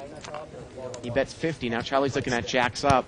And Charlie's going to call him, even with the 4-liner to the straight. Yeah, well, Hollywood checked the turn. And Charlie checked it right behind And him. actually, you know what, Dave? Charlie actually has Jack 10. He has Jack 10. Was enough to So, call. I mean, that's another reason why, even more, why you Wow. raised the flop. You got all the money. We Jack ended up 10? at Jack 9, but he had Jack 10. He caught top 2 pair on the turn. It went check, check on the turn.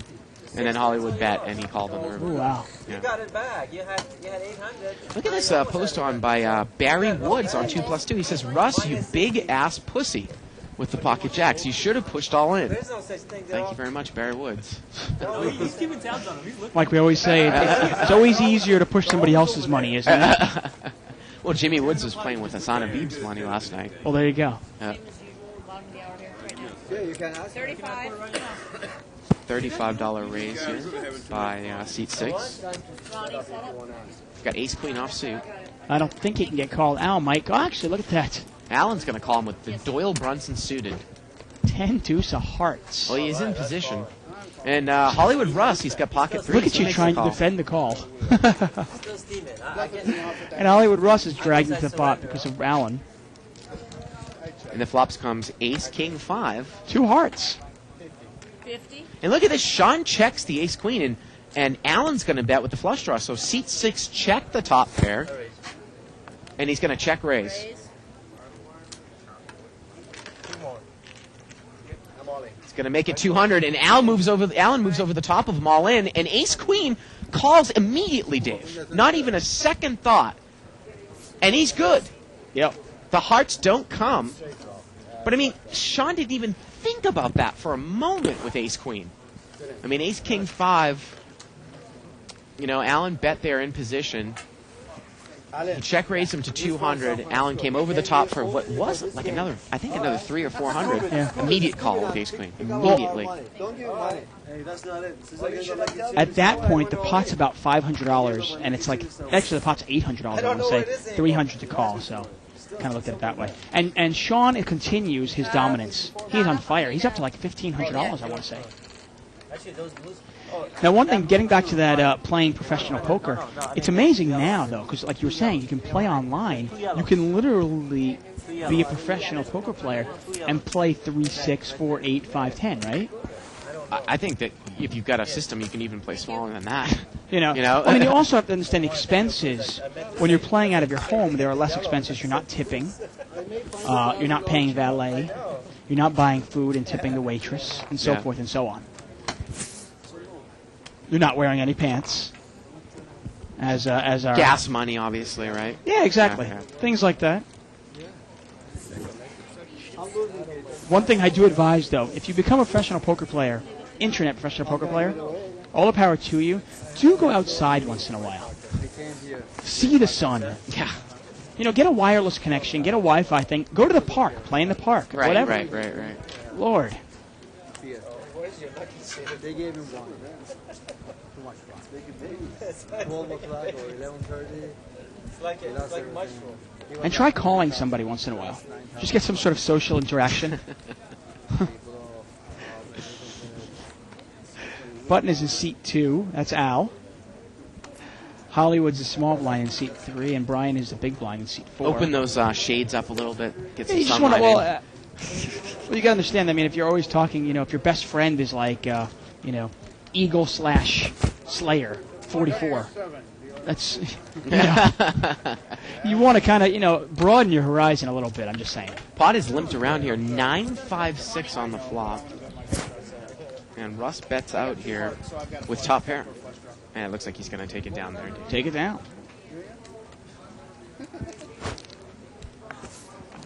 Thank you. Let's see who's gonna win tonight.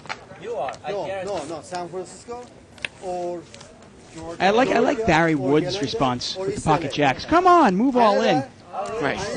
Barry Wood's response, and I love Barry. I think his response to everything. I call. Yeah. Barry's not moving all in; he's calling.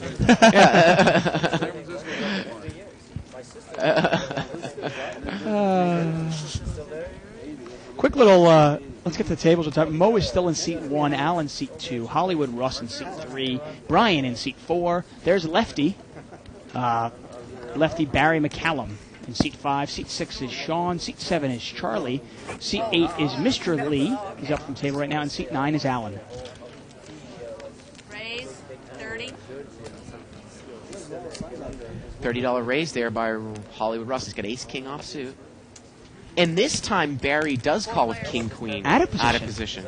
We saw him muck it before, but this time in the blind. We think maybe he thinks that Russ is making a button raise. 6-6 deuce here. Russ is going to bet. And look at Sean. What's he going to do with the pocket threes here? Again, these two guys have been going head-to-head, seat 6 and That's seat. a great flop of pocket threes. He just calls. Be careful, Ross. He just I can calls. bust you right now. It's tough. Once again, it's a tough hand to play. I mean, your opponent can have an overpair. Turns a deuce. Threes are still good now. Now, this is an interesting hand because Hollywood Goes check, and now the river's a jack. Now you'd really want to... Oh, wow. It's a jack on the river, Dave. I think I really might bet there for value with my pocket threes. If When the guy Russ- has an ace. When Russ checks the turn, Yeah. it's obvious he does not have an overpair. Right. It's very obvious. Right. And in all likelihood, it does have an ace, and you will get paid off. I agree with you. Is there cash play on this table? No, sir. It's a jackpot. I guess sometimes when you have pocket threes like that, you're just kind of happy to take down the pot. Lines here, please.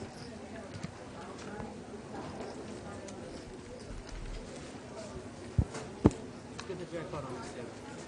42,000? Who won 42? We had 3 No, it is 42,000. Oh, for the jackpot, wow. Right now it's 42,000. What's the jackpot hand? Aces, full Aces beat? full of 10. Beating by...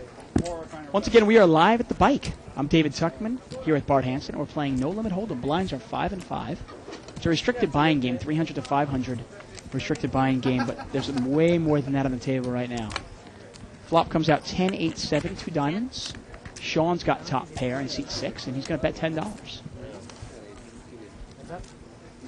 Oh, I thought you said Barry's going to call there with the Jack Deuce.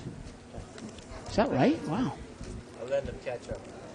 Oh, you got And it goes check, check. A river on the 8 of clubs. And Sean takes it down with Queen 10. Not quite sure what Barry was doing there. He's played a pretty solid brand of poker the entire day. And Jack Deuce. Jack of Hearts, Deuce of Clubs. I'm not sure what he saw. I mean, he had a gut shot, straight draw. But if a 9 comes out, does he really expect to get any action? Well, he had a straight. It's not for nothing. Odd play. It's really. It's not worth Russ McGinley thinks I'm on tilt because I can't drink alcohol in the booth. I think you're right, Russ.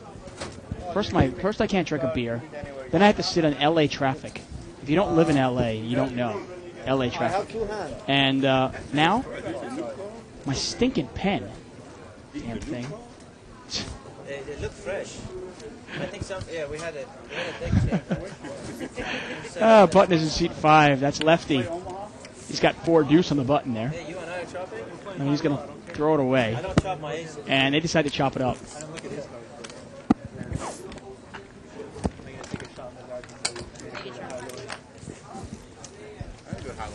I'm actually disappointed. I played in the Poker October tournament, yesterday's tournament, which is a $300 buy-in, and got down to about 4.5 tables.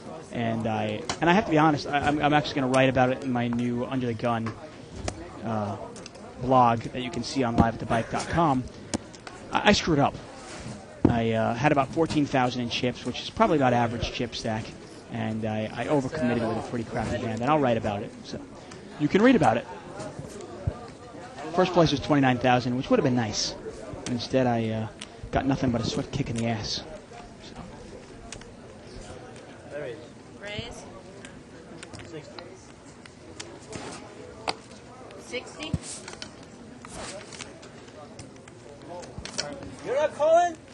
God damn it. All right. Let everybody see now. Turn them on where you showed them. I'm not calling. I don't call everything. Oh, I was hoping you'd call. Why? If I made it 40, you'd call. Guaranteed, right? Mo, is your blind? Okay.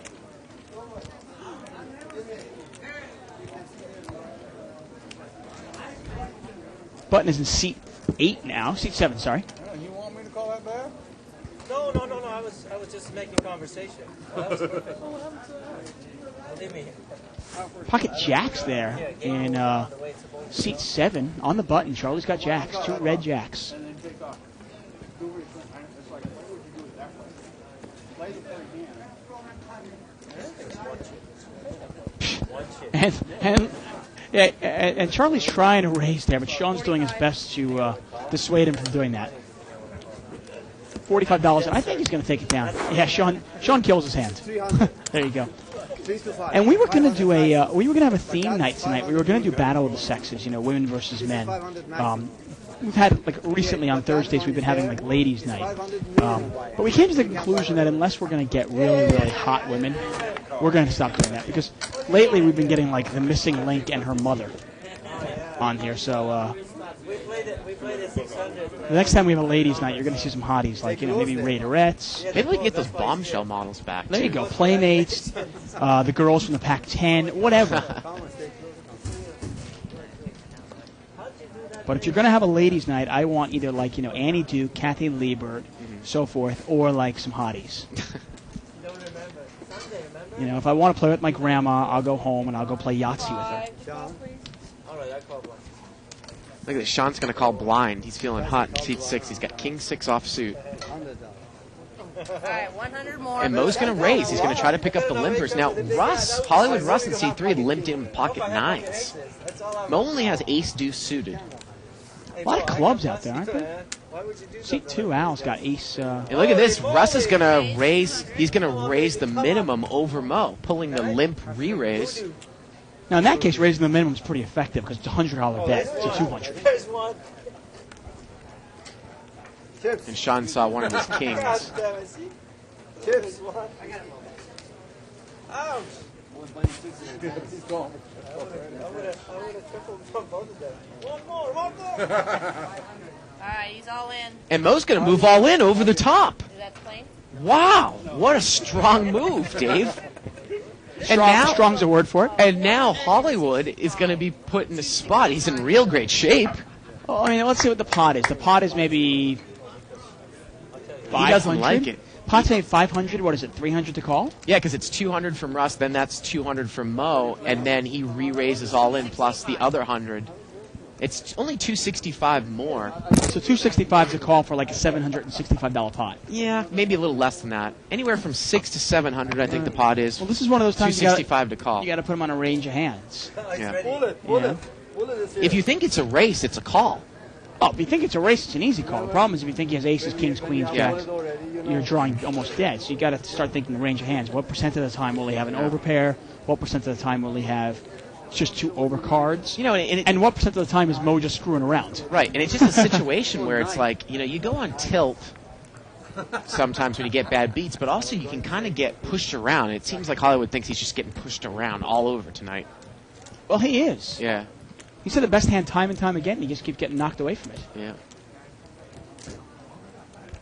And, again, it's about, I want to say $650 to $700 pot, and it's another $265 to call. So he's almost getting almost 3-to-1 on his money, Dave. Yeah, and he does make the call. And I think that's why he called. Yeah. He just had too much money in There's there. too much money in there. Oh, look at that. The ace comes right off. And the deuce. And the deuce. And he's going to turn it over, and Russ can't be pleased. Oh, that's just a heartbreak. And look at that. Mo is laughing. He's dancing. Oh, here we go. We got to go back to Mo. He's dancing. See that or not? Mo's like, Mo kind of reminds me of, when you can buy those little, Christmas dolls that you, you push their belly and they shake and dance and sing? Teletubby? Yeah, exactly. That's like Mo. No, I thought amazingly. And Dave, that's like $1,000 pot. Close to $1,000 pot right And there. Mo was just there to gamble. He was there to have a good time, and Russ made the right call. He just got screwed. Again, when you talk about, let's say the pot, let's make it an even number, 700, and he's got 265 to call. I think because it was so much there, he's getting, what, about 2.5 to 1 there? Almost 2.5 to 1. And at that point, you're really only in bad shape, like you said, against an overpair. And if you can say that Mo has an overpair less than 50% of the time, I think it's probably the right call, right? Well, yeah, because you got it's Mo, so you got to go. Okay, maybe 50% of the time he has an overpair. Yeah. 40% of the time he has overcards, right. And 10% of the time he's screwing around with nothing, right? Like this time. So. I'd rather be lucky. I mean, there's probably even a small percentage of the time that Mo has an underpair. Yeah, that could be. I mean, with that much money in the pot, I think you have to call. Yeah. Don't fault Russ there. No, obviously not it was at the all. right. Not at all. I don't mind that call at all. Yeah.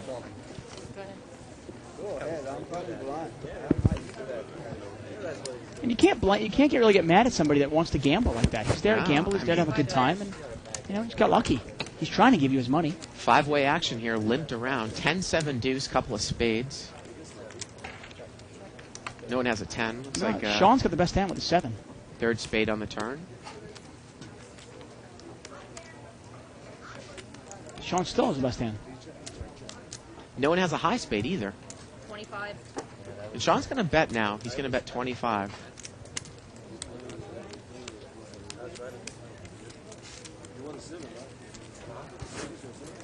And he's going to take it down. And Hollywood had like $900 in front of him, and Yeah, now he's got that's like just 150. Tough. Yep. He got bluffed out of one big pot, and then just got sucked out on. Is that ace-2 suited or offsuit, Mo? Does it matter? Only 1.8% is different. Exactly. No, I mean, it's psychological factor. Well, that is true what Mo is saying. I mean, if you're just going to take it heads up against a guy with all 5 cards coming out, ace-deuce against ace-deuce suited, it doesn't really matter that it's suited. Heads up now. Yeah, I mean, maybe it adds 2% or 3% to his... I think he said 1.8%. Something like that. I mean, it's almost nothing. 6 players. 6-way action here, limped around. In all honesty, I mean, Mo had very, very few outs. 3 outs, and obviously, whatever. Wheel draw, whatever. Well, there you go. Dawn has obviously heard that I was tilting, and she's brought me in a strawberry shake. Maybe she spiked it with something. I hope. We got a couple hearts on board here. No betting's going on. The river's a jack. And it looks like Al backed into the best hand with jack 8 and seat 2. And that's going to be good, Dave. For Jack? Yep. You got there. Well, I'm glad that you're comfortable with yourself. One thing I got to tell you. Comfortable enough with yourself to drink a pink drink, Dave. I actually I love having like half strawberry, half vanilla shakes, or malts. Malts are my favorite. Malts. I've never been a big chocolate fan. To be honest with you. I'd have to see ace, king, queen. Really? Wow. I mean, I like chocolate, but I've never been like pure chocolate. Like I like Kit Kats, you know what I mean? But like a pure chocolate bar, like a Hershey's bar with nothing else, doesn't really do it for me. That's because you got to get into dark chocolate. I mean, the marketing for the country is all milk chocolate, but there's some good bittersweet chocolate too. Yeah, I'm not a big It's fan. so much better than just that plain blasé milk chocolate. Yeah, like chocolate. I mean, I'm a big fan. Like I like cookies and cream, like Oreo ice cream. I like that. That I can go for. But pure chocolate, Pot's limped around here. 15. Queen 3-8. Raise 35. Barry's going to bet here with ace 8, and Sean, he raises with nothing, Dave. He raises the minimum, I believe, with deuce 5. The turn's at 3. Barry's still good now, here. did Brian call? No. Okay. Yeah, Brian had the queen, and he's out of there. He's out of there. Okay. A bet, a raise, and I'm out with my weak queen. Now Barry checks, and it goes check, check here. And the river's a jack. You'd almost wonder if, like, Sean, I mean, obviously they're not. You almost wonder if Sean and Barry are playing partners. And now Barry checks again here, and now there's going to be a bet here by Sean. He's going to bet 70, about the size of the pot. And look at this, Barry's going to get away from the ace-8. Sean takes another one down. Wow. I was about to say, I thought Sean protected Barry's hand, got rid of the queen. I'll watch it. Yeah, you got to watch that. He did nothing of the sort. Huh? You really from San Francisco? Yeah, I live Well, I thought it was a little interesting that San you know, Jose. Sean raised Barry on the flop and then checked behind him on the turn. Day 101. I mean, the 3 did pair, Been there but for like I mean, was it almost like Sean was just going to raise, try to take it down there and give up? But obviously he did, and he fired once more on the river. Well, I used to. Took it down. I lived in Yeah. Oakland for a while, so I was going there, and then when I went to Played it odd. that part of town, And Well, Dave- he's now got, I mean, got close like to $6,000. $2,000. Yeah, close to it. I mean, he's got, Actually, probably has $2,000 because he's got some black chips on top of that. well, he's got, what's it, Actually, he's got over 2,000. 4 stacks of yellow? Times 4 4? stacks. No, no. 4, 4, 4, and which is actually 16 stacks of yellow, so 1,600 plus the blacks, right? Oh, okay. Yeah. I thought it was 20 stacks.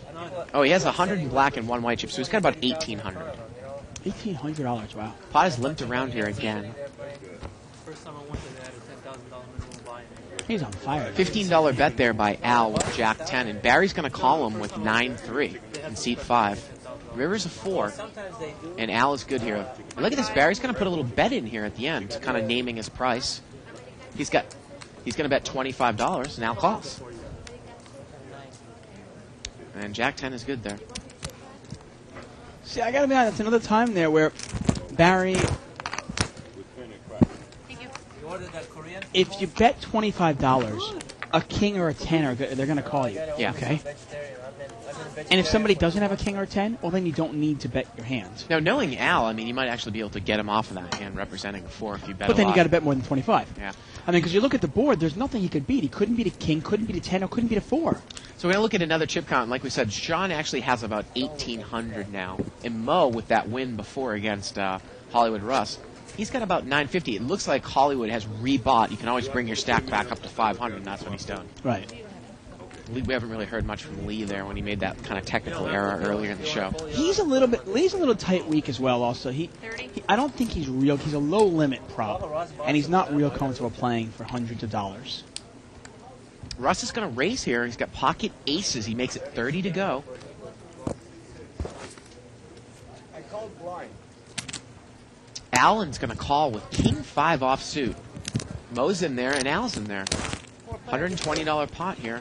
Well, This is if going to be Holly- really if bad. Hollywood- yeah. If Hollywood I got a bad loses. feeling. Well, he's good right now. 10-4 deuce. Oh, he's great right now. Nobody's got anything. No one hit anything either. Not a bad flop for Al. Yeah, He's Al's got going to better- lead right in with his pocket 8s. I like the bet by Al. 150. And Russ raises, and I think that Al is a good enough player where he probably got his information. Unless he thinks that Russ is on tilt, and might do this with a couple overs, but do you want to get involved? Yeah, well, that's what you bet. You bet the 40 to get the information you got. Yep. And Al's should have found out there that his pocket 8s are no good. So it's about a $350. Actually, it was a $50 bet there by Al and a raise to 150. So 350, 100. I believe it's 100 for Al to call. Was it there's no draw there. was There's it no a raise to 150 or 150 straight? Yeah. 150 straight. So it's a $100 raise, Dave. And this is one of those times you've got to look at the texture of the flop. 10-4 deuce rainbow. There's no real straight draw. There's exactly good lay down here. There's no straight draw. There's no flush draw. He's telling you, I can beat a 10. And he actually showed it to Al. There you go. He showed the aces to Al. Al's a really, like I said, we sometimes get on Al about his stud high-low play, although I've seen that he's actually improving. But he's definitely. a really solid no-limit player. People say that. One of the most solid ones that we see at this level. You think? Yeah. Okay. You don't agree? I haven't formulated a complete opinion yet. We had an email here by Jeff Klein. He says, can you comment on what, a no-limit hourly rate is, like for like a 300 to 500 game or, 5-10? Obviously, it's not the same really with the blinds. Like you say, well, the 5-10 game, unrestricted buy-in. I mean, I'm looking to make one big bet an hour. You don't even know what one big bet is there. Yeah. It's obviously different. I mean, the only thing I can tell you is the best way to figure out your hourly rate is don't bother. I mean, keep really, really good records, okay? But don't bother checking out your hourly rate until you have logged at least 1,000 hours. Oh, that's a lot. And then after you have 1,000 hours, you can really look. Yeah. 100 hours, 150 hours, it's just not enough, I don't think. Unless you play 6 games, $35 raise there by Sean with ace-queen, especially in limit poker, Dave. More players. And he's going to get called in 3 spots. So we've got a $140 pot here. Jack 8-7. Hollywood's open-ended. And Sean is always fired here. Now, Allen in seat 9's got the best hand with pocket 10s, and this time he does not bet. Now, the turn's an ace. Uh-oh.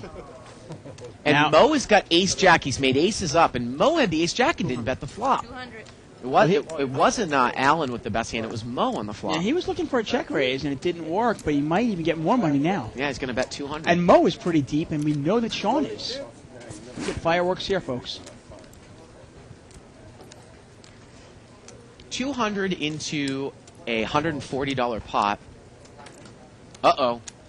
And Sean is going to call. And now do you think Mo's going to punish him? Do you think, does Mo think that Sean has something like ace-king? Or could he be still slow playing a monster? It was kind of coordinated, though, on the flop, not to show any strength here. With something like pocket jacks. Unless you have the 9-10. Yeah. Well, if I check, you're going to push all in? Now, Allen there in seat 9's got pocket Right. 10. And to us, it's very clear what Mo was going to do. Yeah. Mo was checking to the razor, hoping to get a check raise in on the flop. Right. Didn't work, and now he has hit 2 pairs, Yeah. so he bets into the razor. So it's now about $560 pot, and the river's the 9 of clubs, and it's a Wow. one-liner now.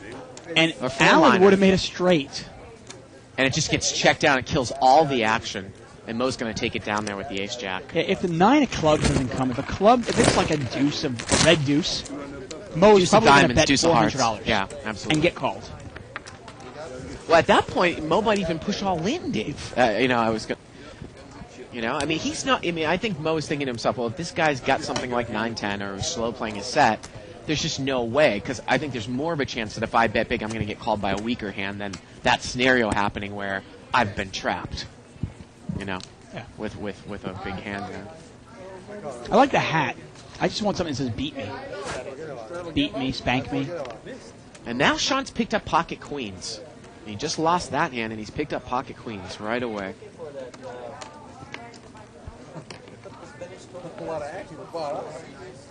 And obviously, when I say 1,000 hours, obviously I'm always referring to live play. Now, if you play on the internet, you've got to adjust accordingly. Well, they do it because- usually by hands. Yeah, you want to see how many hands you play. But obviously, get a large number of hands in before you start seeing what your hourly rate And is. Sean limped in there.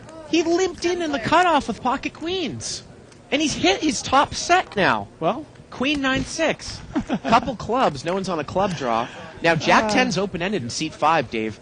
These are the types of hands that where if he gets tricky with it and that straight card comes, he could lose his whole now, stack. it is a 2 flush board, so let's see what happens. We got a $15 bet here by Mo with the King Jack. And look at this. He's gonna come over the top hard for 200. I like it in the cutoff. Well, it's a coordinated board there. I mean, somebody has 7-8, somebody has Jack 10, Yeah. somebody has clubs. And it's over to Hollywood, who's got a gut shot. And was it a $200 Actually, raise? he's got a double gutter. He mucks. Yeah, 200. Or he made it 200 to go. Can we get back to look at Barry? You saw the flop? I'm Why only did I curious. raise that much? I didn't even know what I was doing because I was ordering. Seriously. Is he keeping his shoulders up And he like shows that? the queens. Yeah. Jesus Christ. Thank you. Barry there, lefty there, is obviously an internet player. Like Yeah. that. Are you There's like the prototypical internet pro. When you say that. Huh? Supposed to talk to the camera when you say that. That was a mistake. I guarantee you that was a mistake. And he was saying that he made a mistake by raising that much, Dave. I don't know what he was going to do, but I mean, already the pot was, it was about unraised flop. Yeah, it was about $100 pot, and he made it 200 to go. So, I mean, it was a big of a 30. a bit of a big raise, but it's not a huge mistake. I think was what he was saying. Well, a board like that, I mean, Yeah. if the board is ace, queen, 6, it's a little bit better. Right. Because you might get an ace to call you. But Queen 9-6, 2 clubs. I mean, The only thing that's going to call you is the draws. yeah. Get a raise here by Hollywood Russ to 30 with 4-3 spades. Wow, look at that. He's flopped a straight. He's got an open-ended straight flush draw. Oh, that's hysterical. And he's going to bet it. How do you do that? 40. Sean called him with ace-9, and Sean, I was going to say, I think Sean might make a move here at some point if a spade comes on the turn, or he's just planning on making a move. And Allen's called with what looks like a gut shot, a higher gut shot. Well, Allen threw away his pocket 10s, which would have been the winner last hand, and 2 hands ago. Turns a queen. And he hates throwing away winners. Look at this. Russ is going to bet 75. I just have a sense that Sean wants to make a move here. Oh, he's going to get rid of it.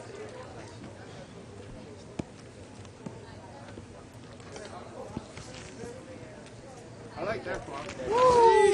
He shows it. You know, obviously I'm never anti-betting your hand, Dave, but with a guy like Sean, who's been aggressive from late position, he might check that one. I like the bet on the flop, but he might check it once there on the turn to him. I don't know. You might. You might. Yeah, I would check it on the turn because a spade didn't come. If the third spade came, you'd have to bet with your flush, I think. Well, the only thing is, I mean, what happens if somebody has, let's say, top pair, or even two pair, and is slow playing it, and the flush comes on the turn and it kills your action? Well, what I'm saying is that. No, I'm saying the flush comes on the river and it comes kills on the your river. action. I mean, if obviously we know what they have, so it's we can say, oh, slow play it, let somebody catch up. But you didn't. You said, dude. Button's over there in seat 9. If you look for share again. I know. After you put it in my pocket. I want to make a guarantee that we will definitely have a limit game on Because of that, I said if you have, you're gonna lay. sometime in the next 2 weeks. How's that? Yeah. Guaranteed. I promise. 25. Got a $45 bet here, or $25 bet. Look at this. Everybody's got heart red. Ace 7 hearts, 4 or 5 diamonds, 2 ace hearts. And Sean steals it there with the ace 7. He gets Mo to come off of his king. Mo didn't have a club. He had a weak king.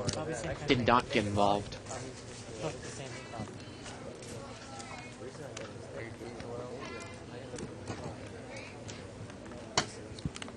I had a big ace. That's why I was asking. A couple of our big winners for the night so far. Sean in seat 6, Mo in seat 1. A couple of our bigger losers. Brian has had a tough night in seat 4. He's in there for his second rebuy, so he's already down $500 or $600 tonight. And Russ obviously is down probably about $400 or $500 tonight.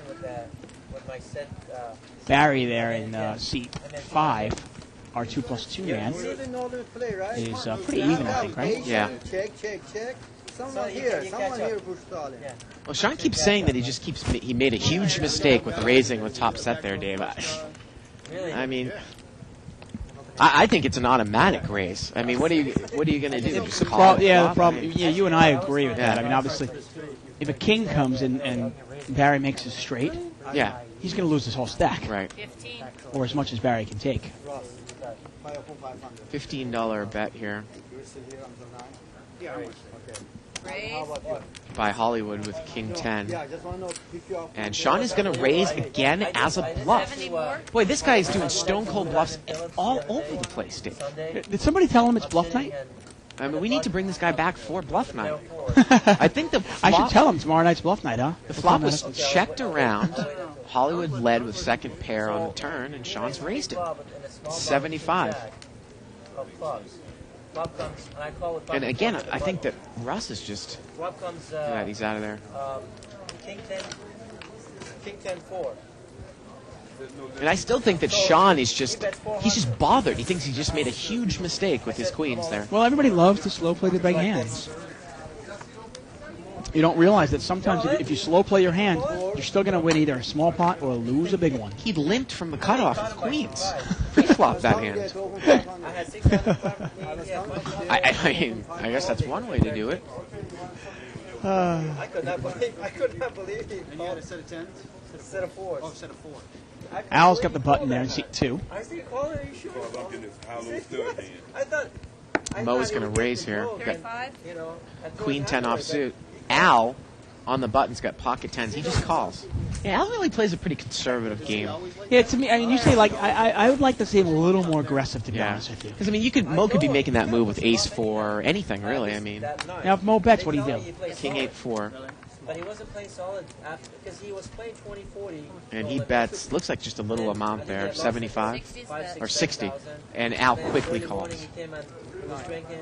He came out. Turns And Al's already got the money out there, ready to call. I mean, why not Yeah. raise it? He sat down with like 5. Look at this. Mo is now going deep. He's going to bet 200 now.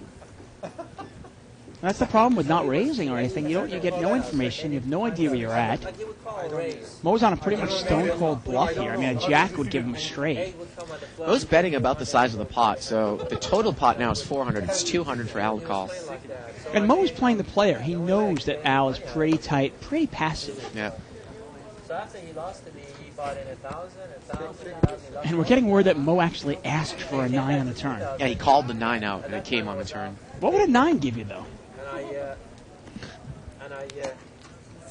But he got it, by the time I was leaving, he was up. I mean, it's always scary when your opponent calls for a card and gets the card, but what are you getting? Short-handed, like 300, 400. They were And Al's going to look at the bluff. so his hand was like, And to be honest with you, you were saying that you really like Al's game, and he's solid, but to me, he's a little too passive. Yeah. Gotta, come on. Mix it up a little bit. We saw earlier when Mo made a move with a hand, and Al had the nut spade draw with second pair, and he kind of just calls. And here, 10s on the button, he just calls. I knew you were going to get some flack for this, Dave. I want you to apologize to everyone out there right now for making that internet comment. The classic internet guy. usually home plays the big pairs. And Sorry, Sykes on 2+2. But then a short-handed game, he doesn't know how to play it. She lost like. And when I talk about a classic internet guy, I'm not talking about their playing style. I'm more talking about has actually nothing to do with their playing style. It's more of just, I look at Scott Fishman, Yeah. he's not only is he a classic internet guy, he's obviously a great poker player and doing something very well. So now we're going to look at a chip count. And Sean is now, I think he is at 1,500, and Mo is creeping up there. Hollywood up about 100 since his last rebuy, but down probably close to $1,000 For the night, whole yeah. night. Yeah, there we go. But when I say, you guys stay inside and you play internet poker, and I don't know how many people I'm you taking that as a associate personal hit because I consider myself an internet player as well. So Okay, I might have okay. to take you outside. Oh, jeez. King 10-9 here on the flop. Alan's got a set. He's got a set of 9s. Don't slow play, Al. This isn't the kind of flop you want to slow play. I think he bet right into it. Good. Yeah.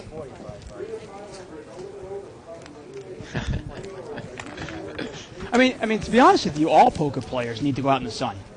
Yeah. I mean, yeah, if you it's think not about just it, the it's like, internet, no, if you guys. think about it, right. I mean, there are days Yeah. where I come in here and I'll play 12 hours straight. Oh, yeah. And I'm like, was it warm out today? I don't even No, know. I mean, if you play, I look at internet poker as actually more of a healthy environment because if I can control it, meaning, I set times when I'm going to play, and then I go about my life, whereas sometimes you come into these casinos and you're like, look at the people around you, what am I doing here? Especially if Right. you're a young guy like us, Yeah.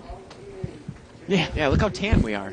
Right Hey, now. I'm actually, you can't tell with this lighting. I actually still have a little bit of Hawaii tan on me. Next to you, I look like, I look like I'm Caribbean. He said he called me. You got 5-way The only action. thing I recommend, I say, hey, get a Wi-Fi connection and play in the park. Okay? I mean, what's wrong with that? To me, it's crazy. I mean, I don't really play online. I play more. I mean, I do play online, but I play more in live. I wish I could play poker in the park. Checked around here on the flop. Anything any good? Doesn't look like anyone has a pair yet. Best hand right now. Now people pick up. 3 people have aces. And Barry's going to bet 30 here. Actually, he's picked up 2 pairs. He's got aces up. And let's see if he gets called by anyone. No one's. There's not enough money in there, I guess, for those weak aces to call. He does not get paid off. Hi, Dan. How are you? Take it down.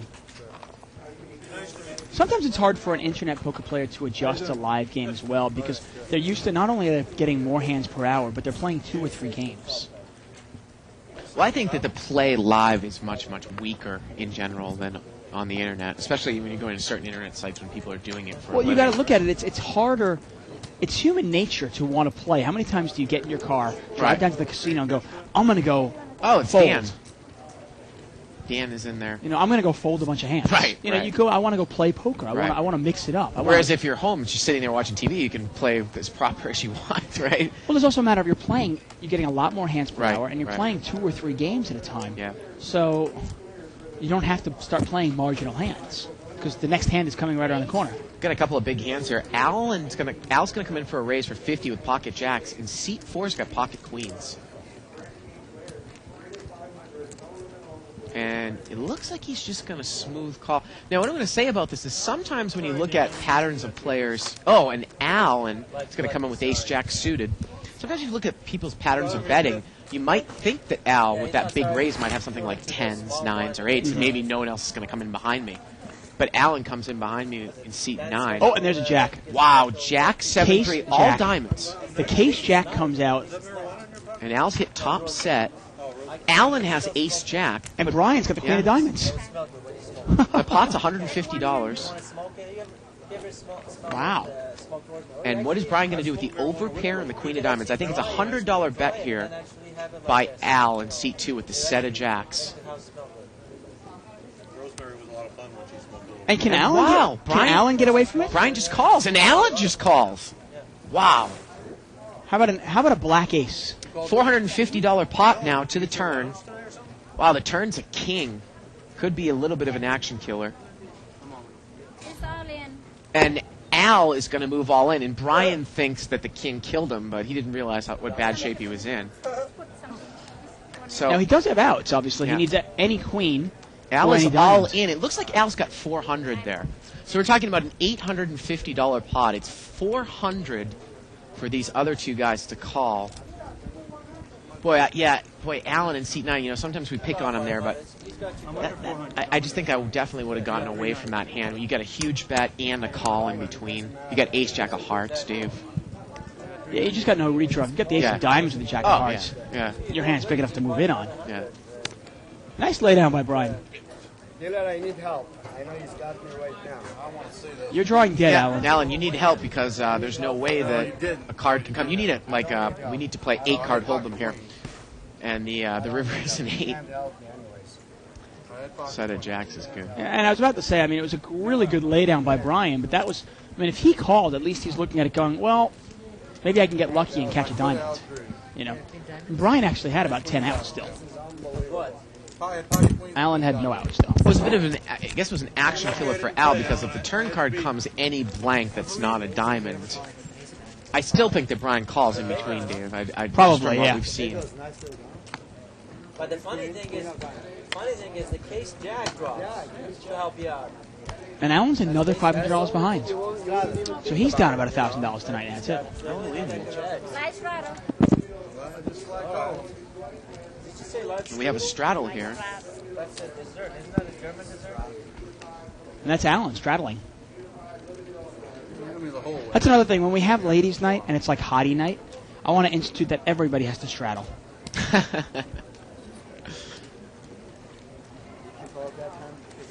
Strap on and straddle, huh? Yeah, okay. I was thinking that, but you said it.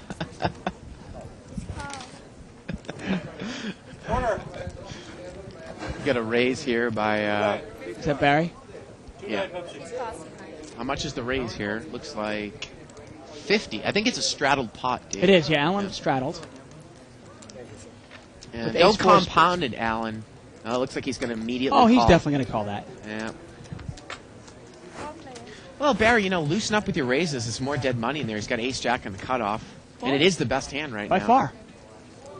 And look at the flop for Al. He's got a gut shot and a heart draw. 8 deuce 3. Yep. It's a big flop for him. Now that could be big enough to make a big check raise here on the flop. It's 60. Barry's going to bet 60. It's a pretty small bet. The pot's 200. Yeah, that is a small bet. That Is kind of- Alan going to chase a gut shot wheel with spades in his hand? Yes, he he is. Wow. Now, if you're Al, I really think he can move. But he just makes a call. Wow.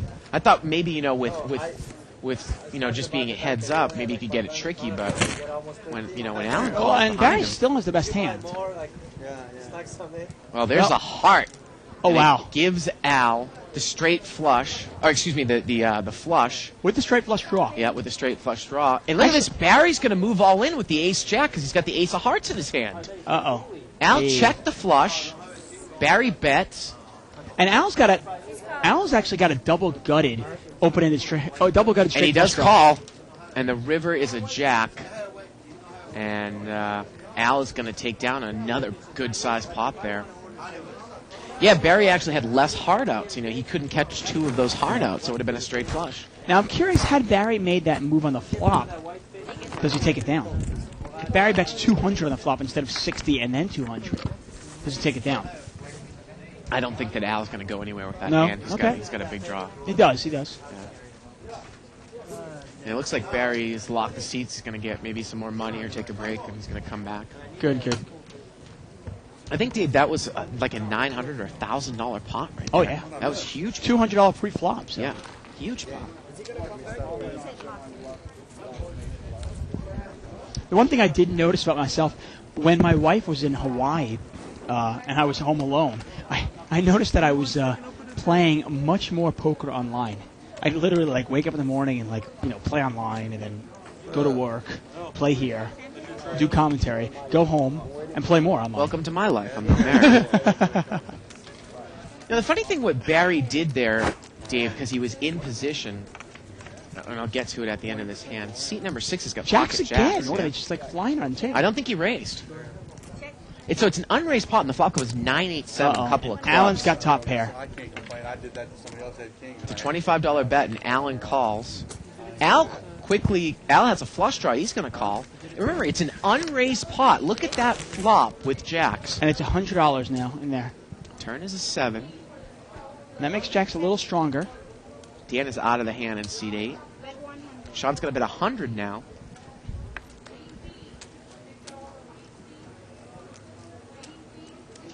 Al's also got a gut shot, and look at that. Allen throws away Queen 9 like it was nothing, I suppose. $100 bet here. Now Al just has the flush. Now the board is. All right, it's 200 in the flush pot, draw. 100 to call. He's getting 2 to 1 on his money. With a paired board, do you really want to go for it? Guess that's a no. I want to get back to the hand that Barry had there. The ace jack with off the suit. ace jack. A lot of people, and I forget who came here in the booth. There was a guy that came in the booth. He was a young guy. He was playing the big game. I think it was either 10-20. I think it was actually the whale game, and I don't remember his Tim name. Fan? No, it was not an Asian guy. He came in here once, and I don't remember his name. But the point is that same type of situation came up, and I asked him about it. Because Barry had the ace of hearts in his hand, and it's a third heart, in essence, he pretty much puts an all-in bet there. And obviously, you're either going to get called or you're going to fold. Now, you can do that if you don't have any outs, Dave, as a bluff. But a lot of times, if you have outs with the heart, you might actually want to take the card there at the end. And that was what that guy was telling me about a specific hand, and I don't remember. For those of you loyal Live at the Bike people, you'll know what I'm talking about, loyal viewers Live at the Bike. But Now, the only question I have when your for you hand though has is- outs on the turn, you Right. actually might want to check behind it. Yeah. Now, to what give happens yourself if your card. your hand is the best hand, though? You check it thinking that you need more outs. You're inducing a bluff, and sure enough, then you're put in a bad spot of having to call a big bluff on Well, I the think river. he got himself into such a situation because, like you said, he didn't bet enough on the flop where you really don't know if anyone really has a big hand because you bet so little compared to the pot size. compared to the pot size that a lot of people are going to call you. Well, the pot was, you're talking about a pot that was $260, and it was only $60 to call. So, these players were getting more than 4 to 1 on their money. He's getting fat now, man. Got a couple of bigger hands here. We got ace-king. Mo's got ace-king. That's what I'm saying. Al in seat 2 has pocket 9s, a couple of black 9s. You could be a force to contend with. Let's see how it's played. Especially when I push you all in and you have to call. We're going to raise here by Mo. 40. Going to raise it up to 40. I didn't like my position. Side position on you. And once again, Al just calls. Because I know what Mo doesn't have. Mo makes it 40, and everybody just calls. And that's the only weakness I see in Al's game. He's just calling. Well, he's in the blind. He's out of position. Well, he's got an overpair. So if Mo puts a big bet out here, what is he? Al gonna, oh, actually, Mo doesn't bet it. Well, the turn's a 7. Bet 50. And now Al is going to come out and bet. Only 50? Raise. The pot is 160. And look at Sean there in seat 6. He's going to make a move again, maybe sensing weakness. He raises with nothing again. And Al quickly calls. It's a $100 raise more, and Al quickly calls. And once again, we're approaching about a $500 pot. And the river's a deuce. Al checks. And Sean has to bet this, right? If he's going He's to got to win. bet a Unless- lot if he thinks he's going to get him off the hands. That's not going to do it. And look at this. Yeah, Al just quickly calls. He's almost like he was checking to induce a bluff. I think he might have Yeah. called anything there.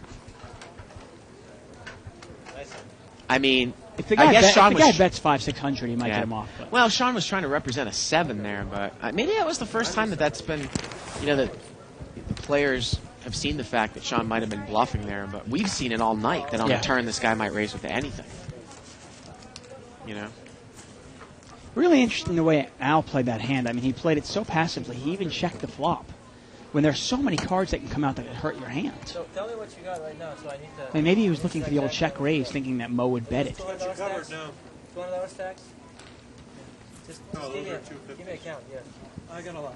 No, I need to know exactly. Really, seriously. I'll tell you in a second. Donna wants to know yours. And look at this. Sean wants to know how much Al has in front of him, because Al's got a lot now in front of him. He's actually doubled up a couple times. Sorry about that.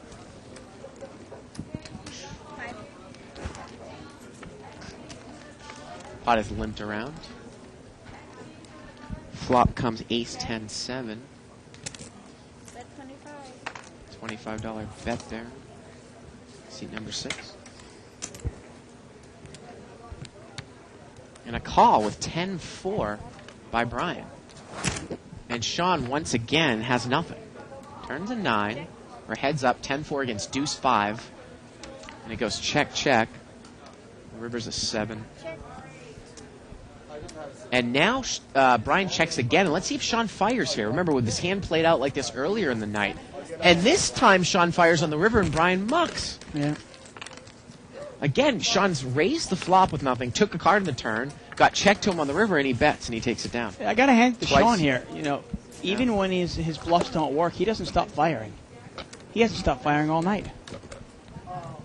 Like I say, we haven't seen a guy who's been this aggressive in a cash game like this in a long time. Really haven't in this game. No, yeah, but not like he's not like wildly aggressive to the point where it's not making any sense. Right. It's a relatively tight passive table, and he's taking advantage of it. 5,500. And Dan in seat 8, a new player in seat 8, doesn't change the fact that the table gets even more tight and more passive. Raise, make it 30. Button raise here to 30 with Jack 5 off suit. I would have thrown it, but you got like a new toy in your hand. I don't want to. Is Allen going to call here with a weak ace suited out of position? He is. Again, it's the type of hand that you might, win a small pot with, but lose a big one. Oh, and Brian does not bet here, Dave. Wow, turns a 10. Once again, what's the point? Now he's going to bet.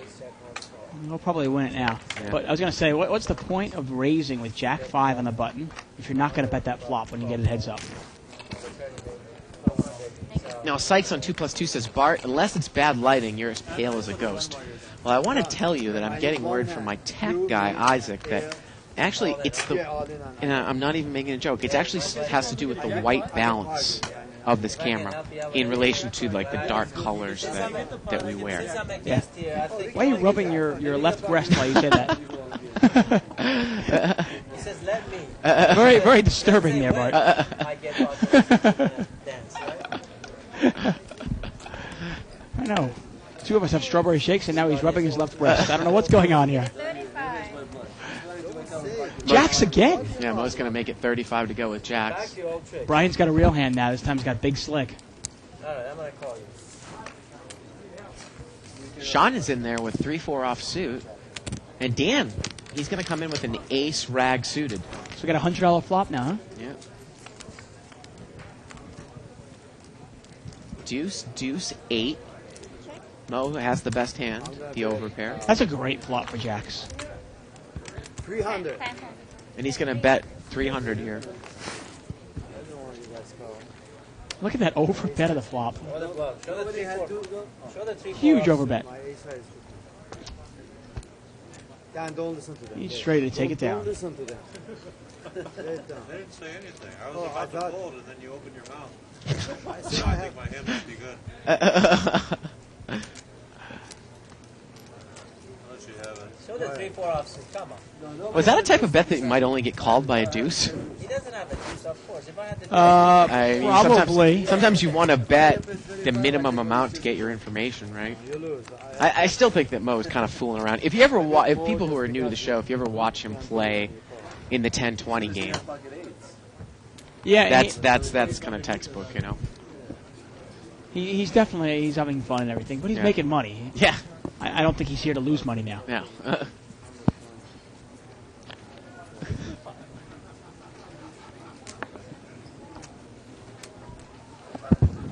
Sean's got the button, and he doesn't need much of an excuse to bluff, but now that he's got position and everybody, let's see what happens. Well, he's got ace, queen, and diamonds. He has a real hand. He makes it 60 with a few limpers in front.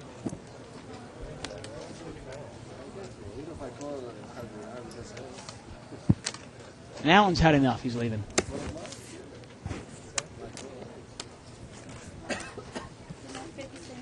Alan, good luck over there. I'll see you there. Well, I mean, I can see those pieces of tofu in that soup, so I have to say it looks like that guy's eating some bean curd soup over there just to appease some of the viewers. Yep. Bean curd soup. That's what it looks like. And he's got the sticks there, too, behind it. There they are. There we go. Yeah. Look at that little free plug for Pepsi again. Once again, we are live at the bike. I'm David Tuckman here with Bart Hansen. We're playing No Limit Hold'em. Blinds are 5 and 5. It's restricted 300-500 game. There's much more money than that on the table right now, though. Limped around. Ace, ace, deuce here on the flop. King 9, still good. You know, it's funny because there isn't really anything that's going to go on in this hand. One night I told Shirley that I never drank soda when I was a kid. When I was a little kid, I couldn't deal with the carbonation. Right. And I still don't drink it. So the actual flavor of cola to me is somewhat repulsive because I think it might be a slightly acquired taste in the beginning, you know, when you're younger. Right. And she just looked at me like I had 6 heads. Like, you don't like cola? You don't like soda? Ew.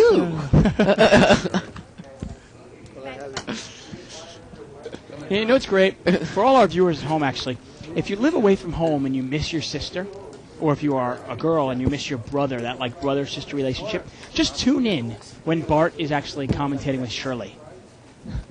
Because it's a great brother-sister tandem. Well, I know that you haven't commentated with her much lately, but it's the same comment. I mean, it would be the same thing. So you guys are great. I love Shirley and I love you, Bart. You guys are great. You guys just sound like you guys are always kind of brother-sister relationship. It's great. I love Shirley to death. Sometimes I just wonder if someone might actually poke like a little insult about her poker reading ability on 2+2, and it just really gets her going like no tomorrow. You can insult her personally all you want, but when it comes with poker, her eyes just, get huge. Right. Sean's going to raise here to 50. Got Jack 10 suited. And Mo's going to call with 6-4 spades, but Sean has Jack 10 of spades. Spades come out. Mo's in trouble. Yep. And both players are obviously very deep. Now, ace 3-3. Oh, so close to spades. And Sean's going to bet 120. I had ace king. What was the pocket queen? What did you really have? Oh, you remember? I know. Sometimes Mo likes to go with, like, I'm not going to look at the flop, and then I'll just glance back at it, you know? Kind of like too cool to even look at it. And I don't know if that's because he might actually be looking at the other player. It didn't look like it in that shot, but... Right. This hand? No. If I go all in with pocket, you have pocket ace. So Hollywood Russ has moved to seat 9. I'm saying I called because you have... There it is. And I guess we're getting a new player in seat 3. Look at that. They're showing him the little PDA, instant chip count thing that we do out here. So that we can Dan looks very unimpressed. Dan just looked at it like, ho-hum, who cares?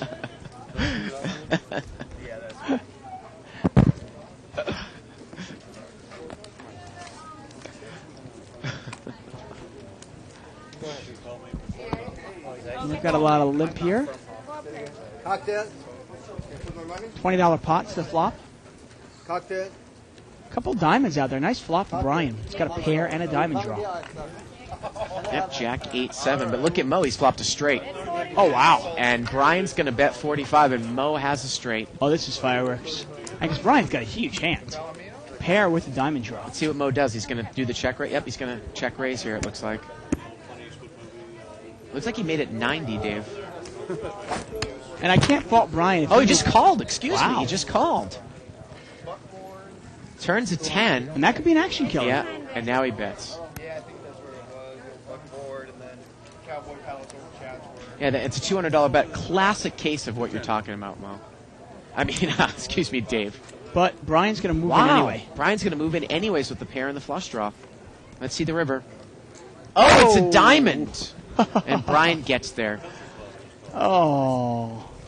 Yeah, exact classic case of why you might want to put a raise in there on that flop.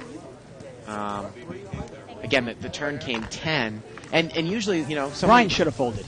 Honestly, yeah, right. Absolutely. But on the flop, though, he might say, I'm good enough to go here. Oh, without a doubt. Yeah. If he bets 80, Mo smooth called, right? Yeah. If Mo makes it 160. It was a $45 bet. Now, I thought that Mo was raising, but apparently he just called. Brian's got a big enough hand to move in on Yeah. on the flop. Now, once the 10 comes on the turn and it's 10 of spades, Yeah. and Mo bets 100, Brian should really look at it and go, okay, well, I got bottom pair here and a diamond draw. Even if I make 2 pair of trips, it might not be good because it's a one-liner for straight. So now I'm only drawing your diamonds with 1 card to go. I just don't have the odds to go for it. And I got lucky and hit it anyway. But. Well, it looks like Mo overbet the turn, too, thinking like, well, I'm going to represent maybe 2 small pair here or represent a bluff. Right. But I have the straight. No. He had to bet something all the time. It was sick. And I guess he correctly bet it also because I don't think that Barry would have bet behind him. Back to back. Stop it straight. You stop it straight then?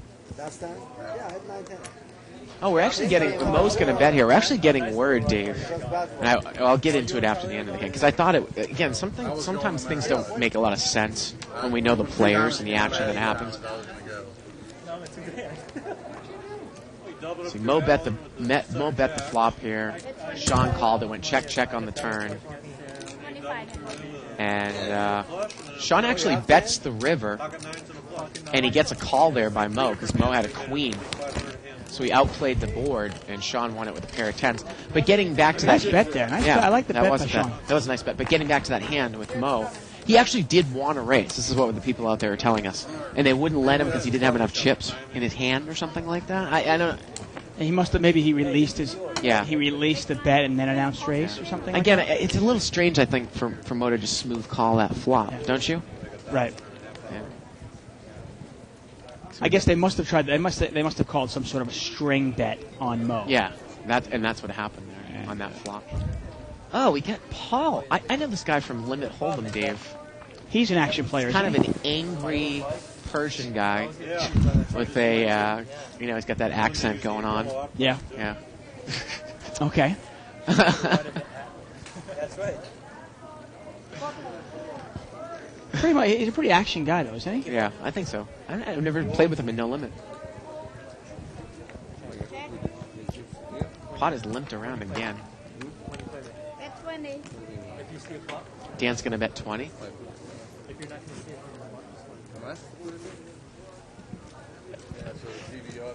Dan's going to bet 20 here with pocket fours, and he's going to take it down. My secret now? Oh, I don't like it. You too good. I don't like it. Now I gotta know I why don't they put this. like it. The bowl on top of the rice? I don't know. So it gets stuck, so we can't really take it off. Take So no flies get to it. Because you saw the flies. You're supposed to flip it over and eat it out of the small bowl.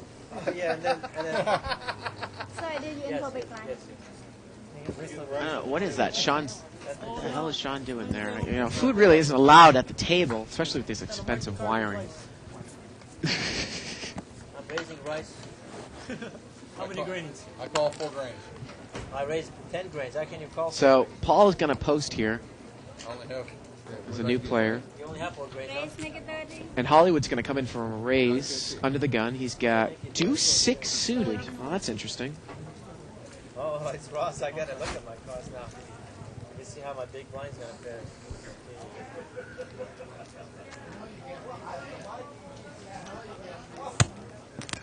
Charlie calls with the ace-9 offsuit.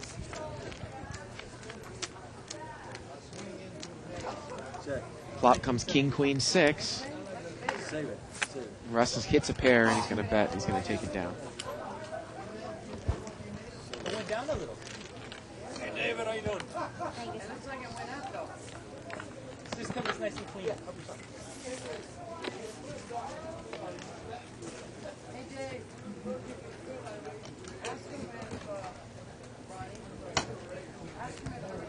And the button moves over there to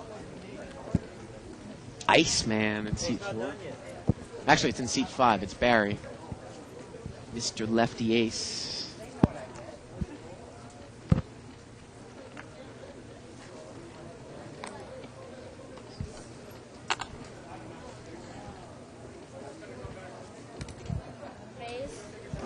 Got a raise here 45. by Paul. $45 pocket queens.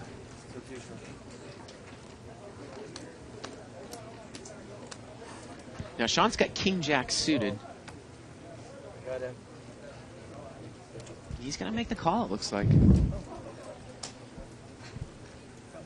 you go. So we're heads up. King Jack against pocket queens. It's a $90 pot. Paul has position. He is the pre-flop raiser. 1,000, did you? Wow, look at that flop. Ace 9-10. Sean's got a gut shot and a spade draw. And Paul does not bet. He checks right behind Sean. The turn's a 5. And Sean's going to bet here. 160. He bets 160. And boy, is that passive play, Dave. Pocket queens. I check behind you on the flop when I fold to your bet on the turn, if this guy does that. Yeah. He still has the best hand. I mean, if you've got pocket queens there, and a guy checks to you, obviously you're checking behind him because you don't want to get check raised. But then when he bets, you basically induced this bluff. And it turns out Sean's actually got a pretty big draw. Wow. Wow. Incredible. And look at this. Sean was just eating. He didn't even care. He was like, ho hum, give me the pot. Nice bet by Sean.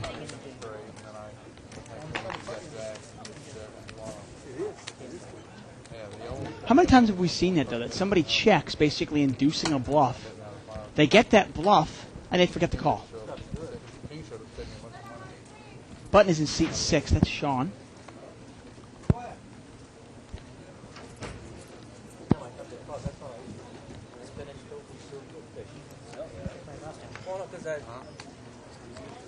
We're going to play this hand blind, Dave. Are we? Yes, we are. That's pretty exciting. There is not going to be cards up for this hand. I get 40. So Al is going to raise semi-early position. He makes So we'll just have to 40 guess go. what everybody has. Yep. We got a raise by Al, so what kind of hand might you think he has here? In middle position. Ace King, Something like that. Yeah, he's in early to pocket mid tens, position. pocket jacks. And Sean calls him on the button. Now, Sean, Which he means could have nothing. anything. Yeah, he's on the button. We're heads up. Al against Sean. And here comes the flop. The flop is 9-8-7, 2 spades. We've got a And check here. Check here by Al. So right away you've got to go, okay, Al's probably got ace queen, ace king, king queen. Something Sean's like that, going to right? bet. Yeah. He's going to bet 75. Area of 70s, was it? The 30s? And Al quickly calls. Al calls. So a bet and a call here. Now remember, Al is the raiser and Sean was on the button. Let's Okay. see the turn. The turn's a 9. And I believe that Al's checked again, and Sean's going to bet again, and he's going to put the pressure on here. Well, I mean, Al's really playing this hand like he's got big overcards. And there you go. Oh, there we go. He's got big overcards. I mean, he's playing it like he had ace king or something like that. I mean, I think you and I both thought maybe ace king, Yeah. right? Maybe ace king even with the ace of spades. I don't have ace. But he didn't even have that good. He only had king queen And, offsuit. and guess what Sean had? He shows it. Deuce 4 offsuit. Deuce 4 offsuit. There you go. And he Wow. shows it. And like we said, Sean could have had anything there. Sean was playing the player. Sean was playing it like that. But Al really played it Al probably actually really played it pretty passively. Well, he check called the flop. Well, he raised pre-flop but gets Yeah. called. Yeah. The flop comes out, only 9 high, and he checks, pretty much telling us and everybody who's watching, I've got high cards, I don't have a pair. That's the first time I bluff, and the So Sean's smart enough to go, okay, I'm going to see if I can take this pot away from you. Yeah. And eventually he does. yeah. And he said if he had an ace, I would have called. That's the only thing there, Dave, because he had king queen, so you know, he can't beat a weak ace, obviously, just with ace high. No, I'm not advocating checking and calling. I'm advocating betting. Yeah. If he bets his hand, if he bets straight out, if he follows through, he was the pre-flop raiser and only got one caller. If he bets his hand, can Sean call? The flop was 7-8-9. Yeah. He's got deuce 4. Well, what Sean might do is call and then raise on the turn. We've seen him do that all night. Okay, well, hey, if somebody's going to outplay me like that, okay, I have no, that happens, obviously. We have about a half an hour left in the show. Tomorrow night, of course, will be our big no-limit game, 10-20 no-limit. And what's the tournament tomorrow, Dave? Is it a no-limit tournament? The tournament tomorrow is it's in Omaha. Oh. There you go. Okay. So I'm sure that Shirley Rosario will be here in the building. Yeah, I'm sure she'll play.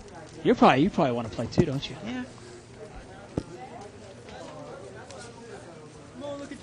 And we are still working on getting Omaha into our game. Maybe we'll have a little home Omaha game type. You and Shirley can be in the booth and you can criticize my play. Well, there'll be a lot to criticize. Barry, the internet player, is limped in here with Queen 6 clubs. He doesn't look too happy, dude. Barry? Yeah. Well, he's down 500 for the night. Actually, it's Queen 7 of clubs. And the flop comes 9-7-4. And Russ bets here with the queen. Dan's got top pair.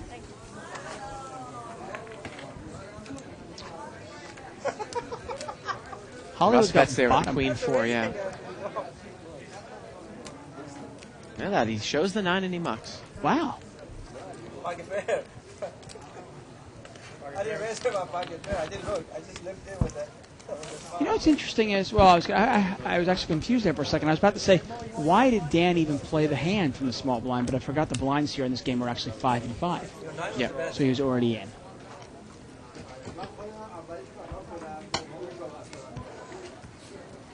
That's another reason why I love this game. I mean, they would ruin this game for me, Dave, if they made the blinds 5 and 10. It's such a different game. Oh, yeah. Yeah, you know.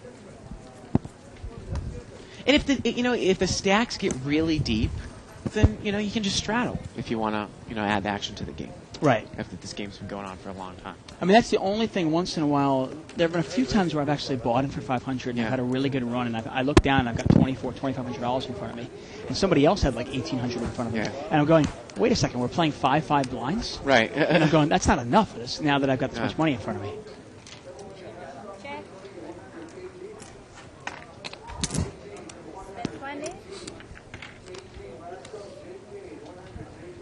$20 bet here by Polly's hit top pair.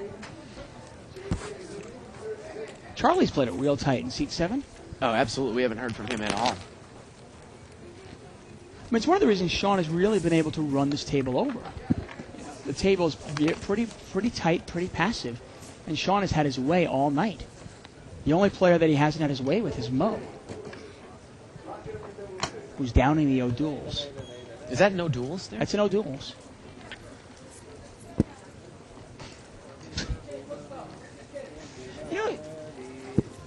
When I say Persian, I'm usually talking about people from Iran. Very, very well represented at the bike. Yes. You've got Mo. I think Alan is. Well, our COO is Hashem. Is he?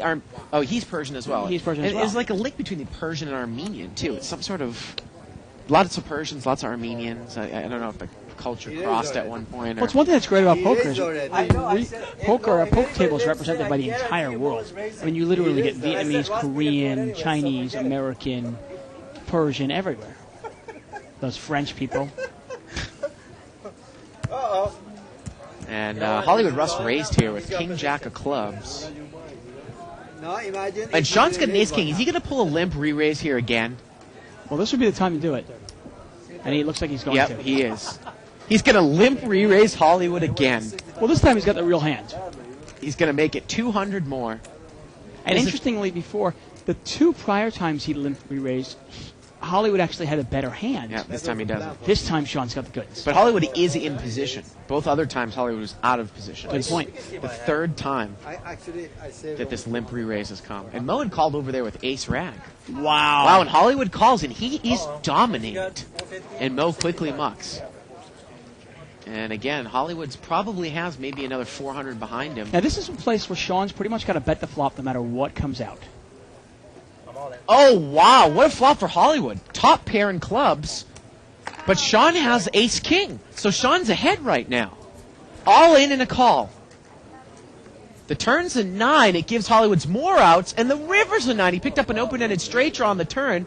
He didn't get there, and ace-king is good. Wow. And this guy's just had his way with Hollywood and you all can't- night long. I mean, I got to tell you, I hate Hollywood's call pre-flop. Yeah. But once he's in there on the flop, look at the he flop. can't go anywhere. Ah. Top pair, Yeah. flush draw. Then he picks up an open-ended straight draw. And I mean, man, Sean the takes cards his that would chips have helped again. him there on the river. Any club, any 7, any queen, any jack. Yep. Wow. But Sean survives it. And Hollywood there's been Sean's whipping boy all night, huh? Yep. Straddle boy? Straddle boy, exactly.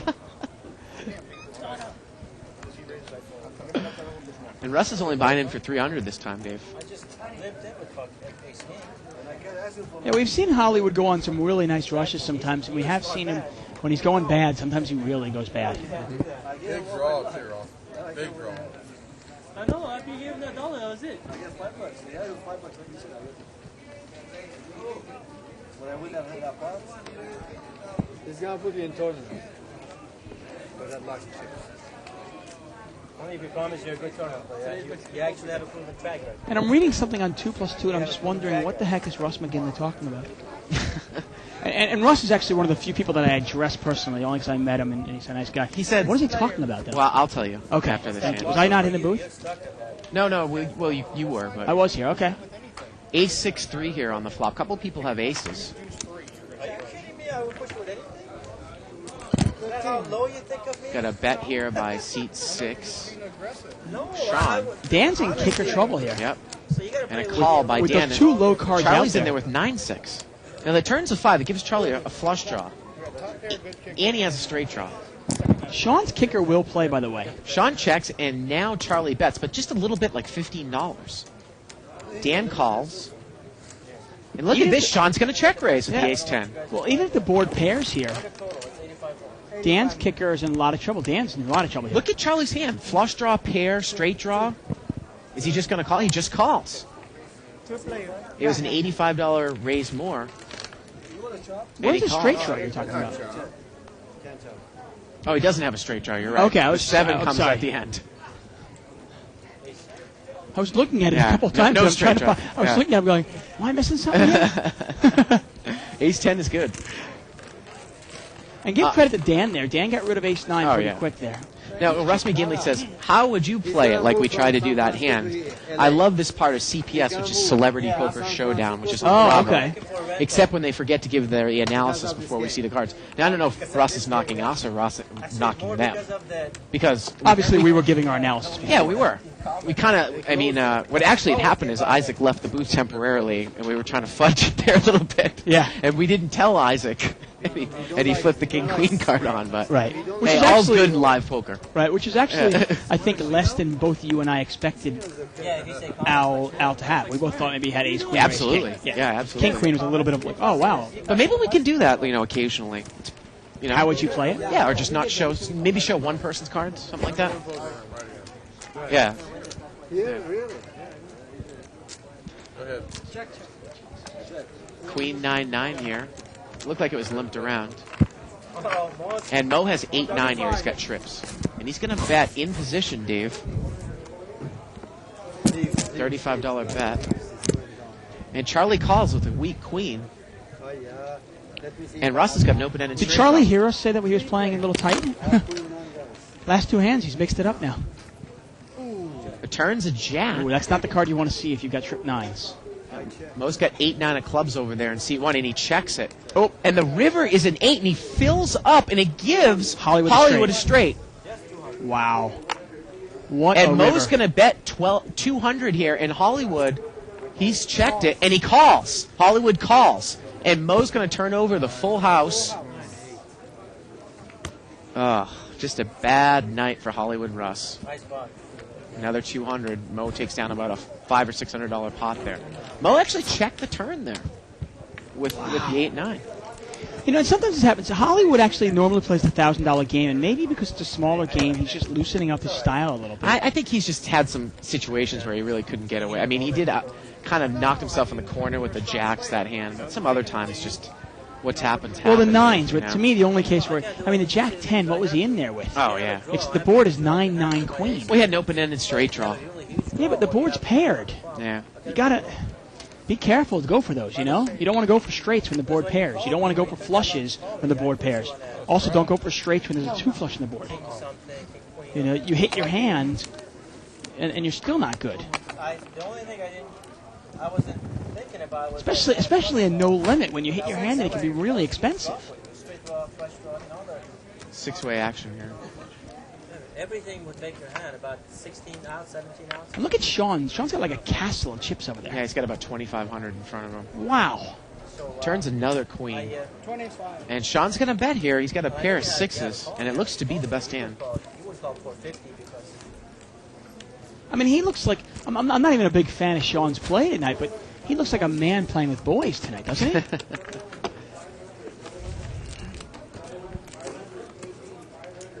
Well, I mean, the play tonight has been unusually tight passive, and he is just running the table over. And we've got basically 2 big winners, and actually, I want to say Al's actually won money too in seat 2. Oh, yes, but 3 big winners. Sean's got him way over the amount that Al's won. 3 winners, and everybody else is losing, though, right? That's $100 there in black chips. Just 5 black chips is $100, obviously.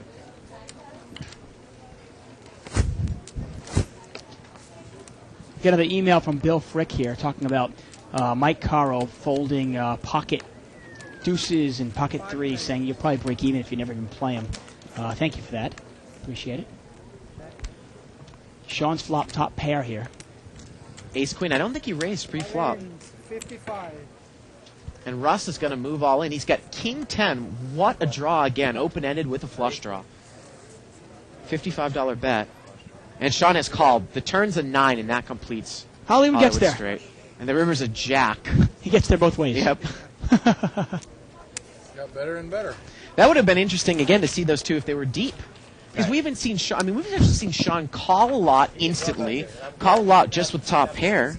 You know, I don't necessarily know if he would have got away from Ace Queen with that board. Oh, but that's just poetic, though. The one hand Hollywood wins, he finally gets there, and he only has $50 in front of him. Man.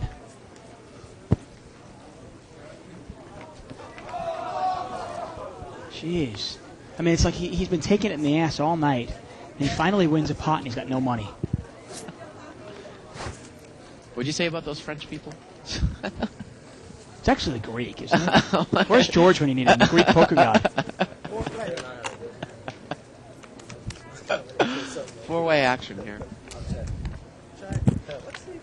9 deuce 7. Welcome to Live at the Bike, politically incorrect. Mo's going to bet out here with top pair. And Sean's got the nut flush draw. Brian's got bottom 2 pair. He did not raise on the flop. Or he's got deuce 7. That's and not Mo bets again. Don't want to slow play that, Brian. Yeah. Oh, Brian, come on. And he just calls again. Oh. And Sean calls with the nut flush draw, obviously. And the river's a 4 and 7 deuce escapes. And Mo checks now. And now Brian's going to bet 200. Now Mo's looking at it. Well, could that have helped anything? And look at this. Mo gets away from it. Yeah, and he shows it. Yeah, you got to raise at some point, right? Oh, man. 7 deuce. Bottom 2 pair is so vulnerable, folks. Yeah. So vulnerable. I mean, think of all the cards that can kill you on the river there. Any diamond, a 9, a 10, whatever the other card is pairing, right? Queen, right. Queen, whatever. Right. And obviously, if somebody else has a pair, if they catch 2 pair, I mean, it's almost like it's probably like 40% of the deck that's going to kill you. So we're going to look at another chip count here. So Sean, upwards of 2,300. I think he actually has 2,500 now. Al, he's almost at 2,000. Yeah, he's won a couple of big pots. Yeah, Mo's got So if I look at my cards and find out it's a big hand, I have to raise. 7 play. And we're going to see 7-way action here, limped around. Ace 9-9. Mo's got a 9 again. And now he's made quads. Uh-oh, wait a minute. No, actually, Paul bet 25, Dave.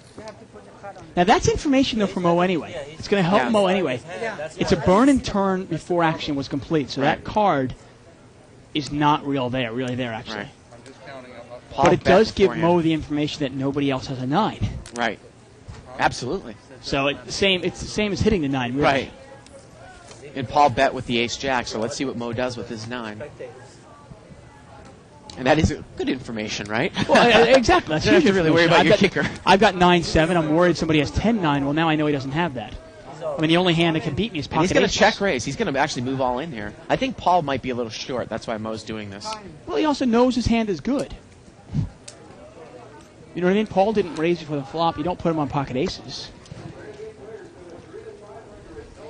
And it's going to make Paul really tough because Paul sees that 9 too. Yeah, that's that much. I was going to say the other thing that Mo does here is that he check raises him because now Paul's seen the 9. Right. So what are the chances that someone else has a 9? You know, Paul's looking at it going, well, he doesn't have a 9, which means I can only lose to ace king or ace queen. Of which Mo probably would have raised pre-flop.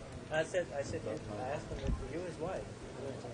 Now, when the dealer burns and turns before the action is complete, that card will go back in the deck. They'll burn, and they'll deal with what would be the river, and then they'll shuffle up those cards again, and then burn and give it a Look at the look of death here.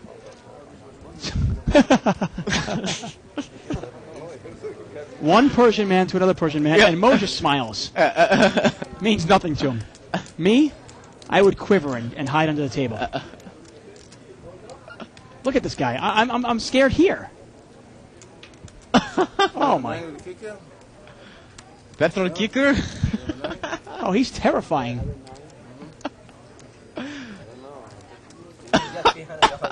Mo loves his hands.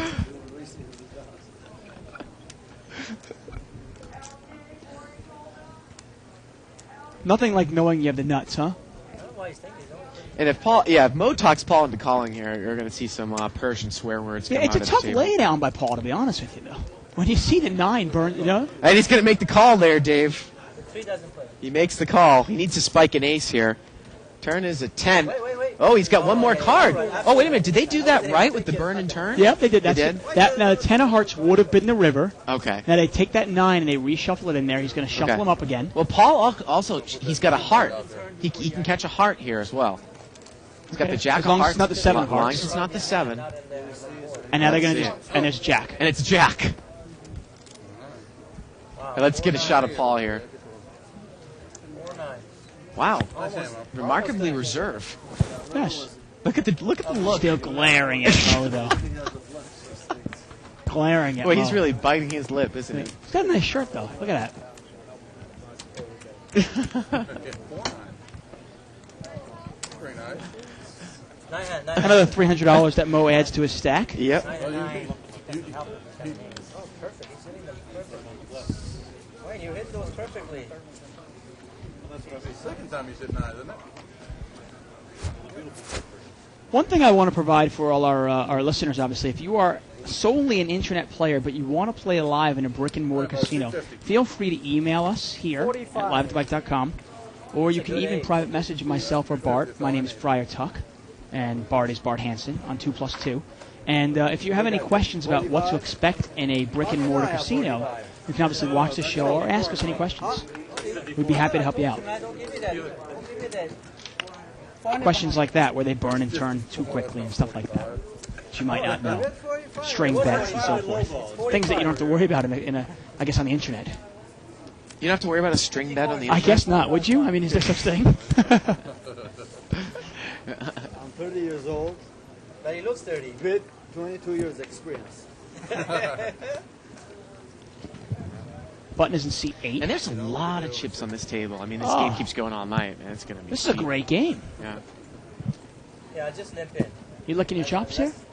Thinking maybe jump in? 5-way action here. Pocket 7's there for Sean. He just limped in. 9-5-4. Yeah, I think it looks like he's got the best hand here. That he does. Gets checked around. Turns at 3. See if Sean puts a bet in here now. And he's going to bet. It's going to be a 7 of spades. Now I want to check blind, just in case you want to push all in, I'll call you. Looks like Dan called here with an open-ended straight draw. And it just gets checked down, and sevens are good. You know what I had? 4 5. No, I had 4 5.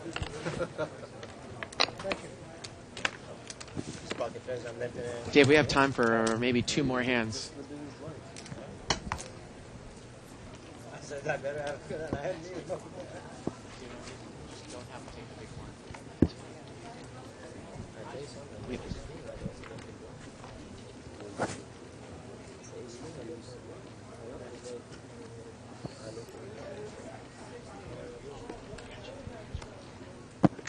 It's better this way too. Again, it looks like it's going to be limped around here again. Not a lot of pre-flop raising. We can put the same game here. Our big winner has to be Sean from San Francisco, huh? San Francisco Sean.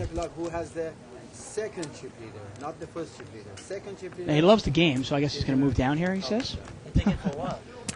King Jack 4 Oh, really? on the flop. So, like Maybe he's a frequent player of the Bay 101 or something. Sean's going to bet here. Bets with the 4, and Mo's got pocket 8s. Mo's not going to get involved. Yeah, we have to. Second place, right?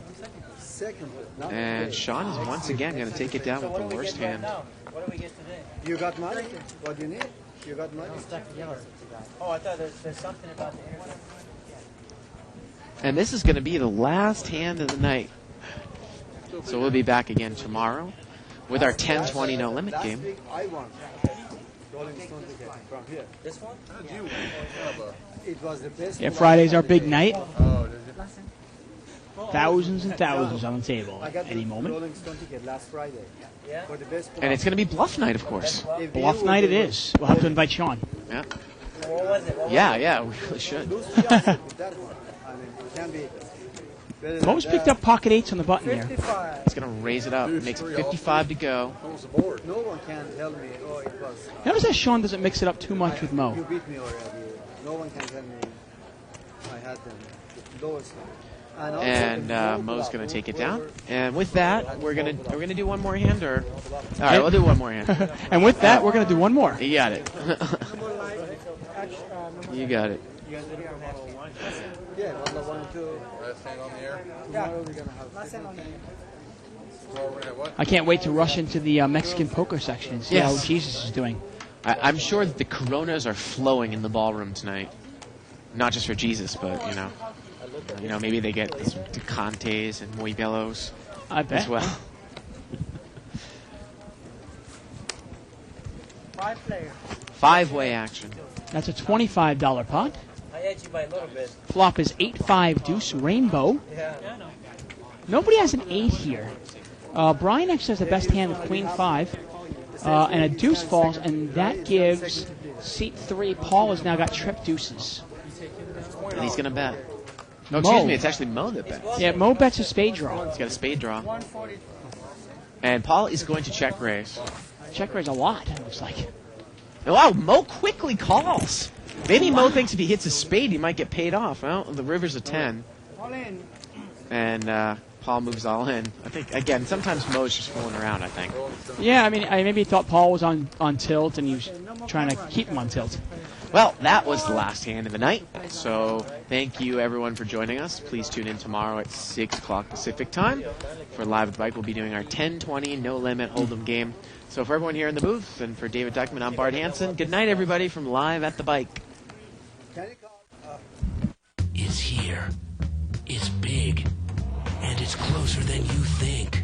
It's not a tournament. It's what you don't see on TV.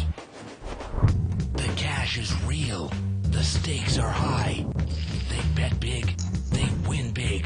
They lose big. High stakes live action poker. Live at the Bike. Watch it live on the web or play it if you dare at the Bicycle Casino right here in Los Angeles.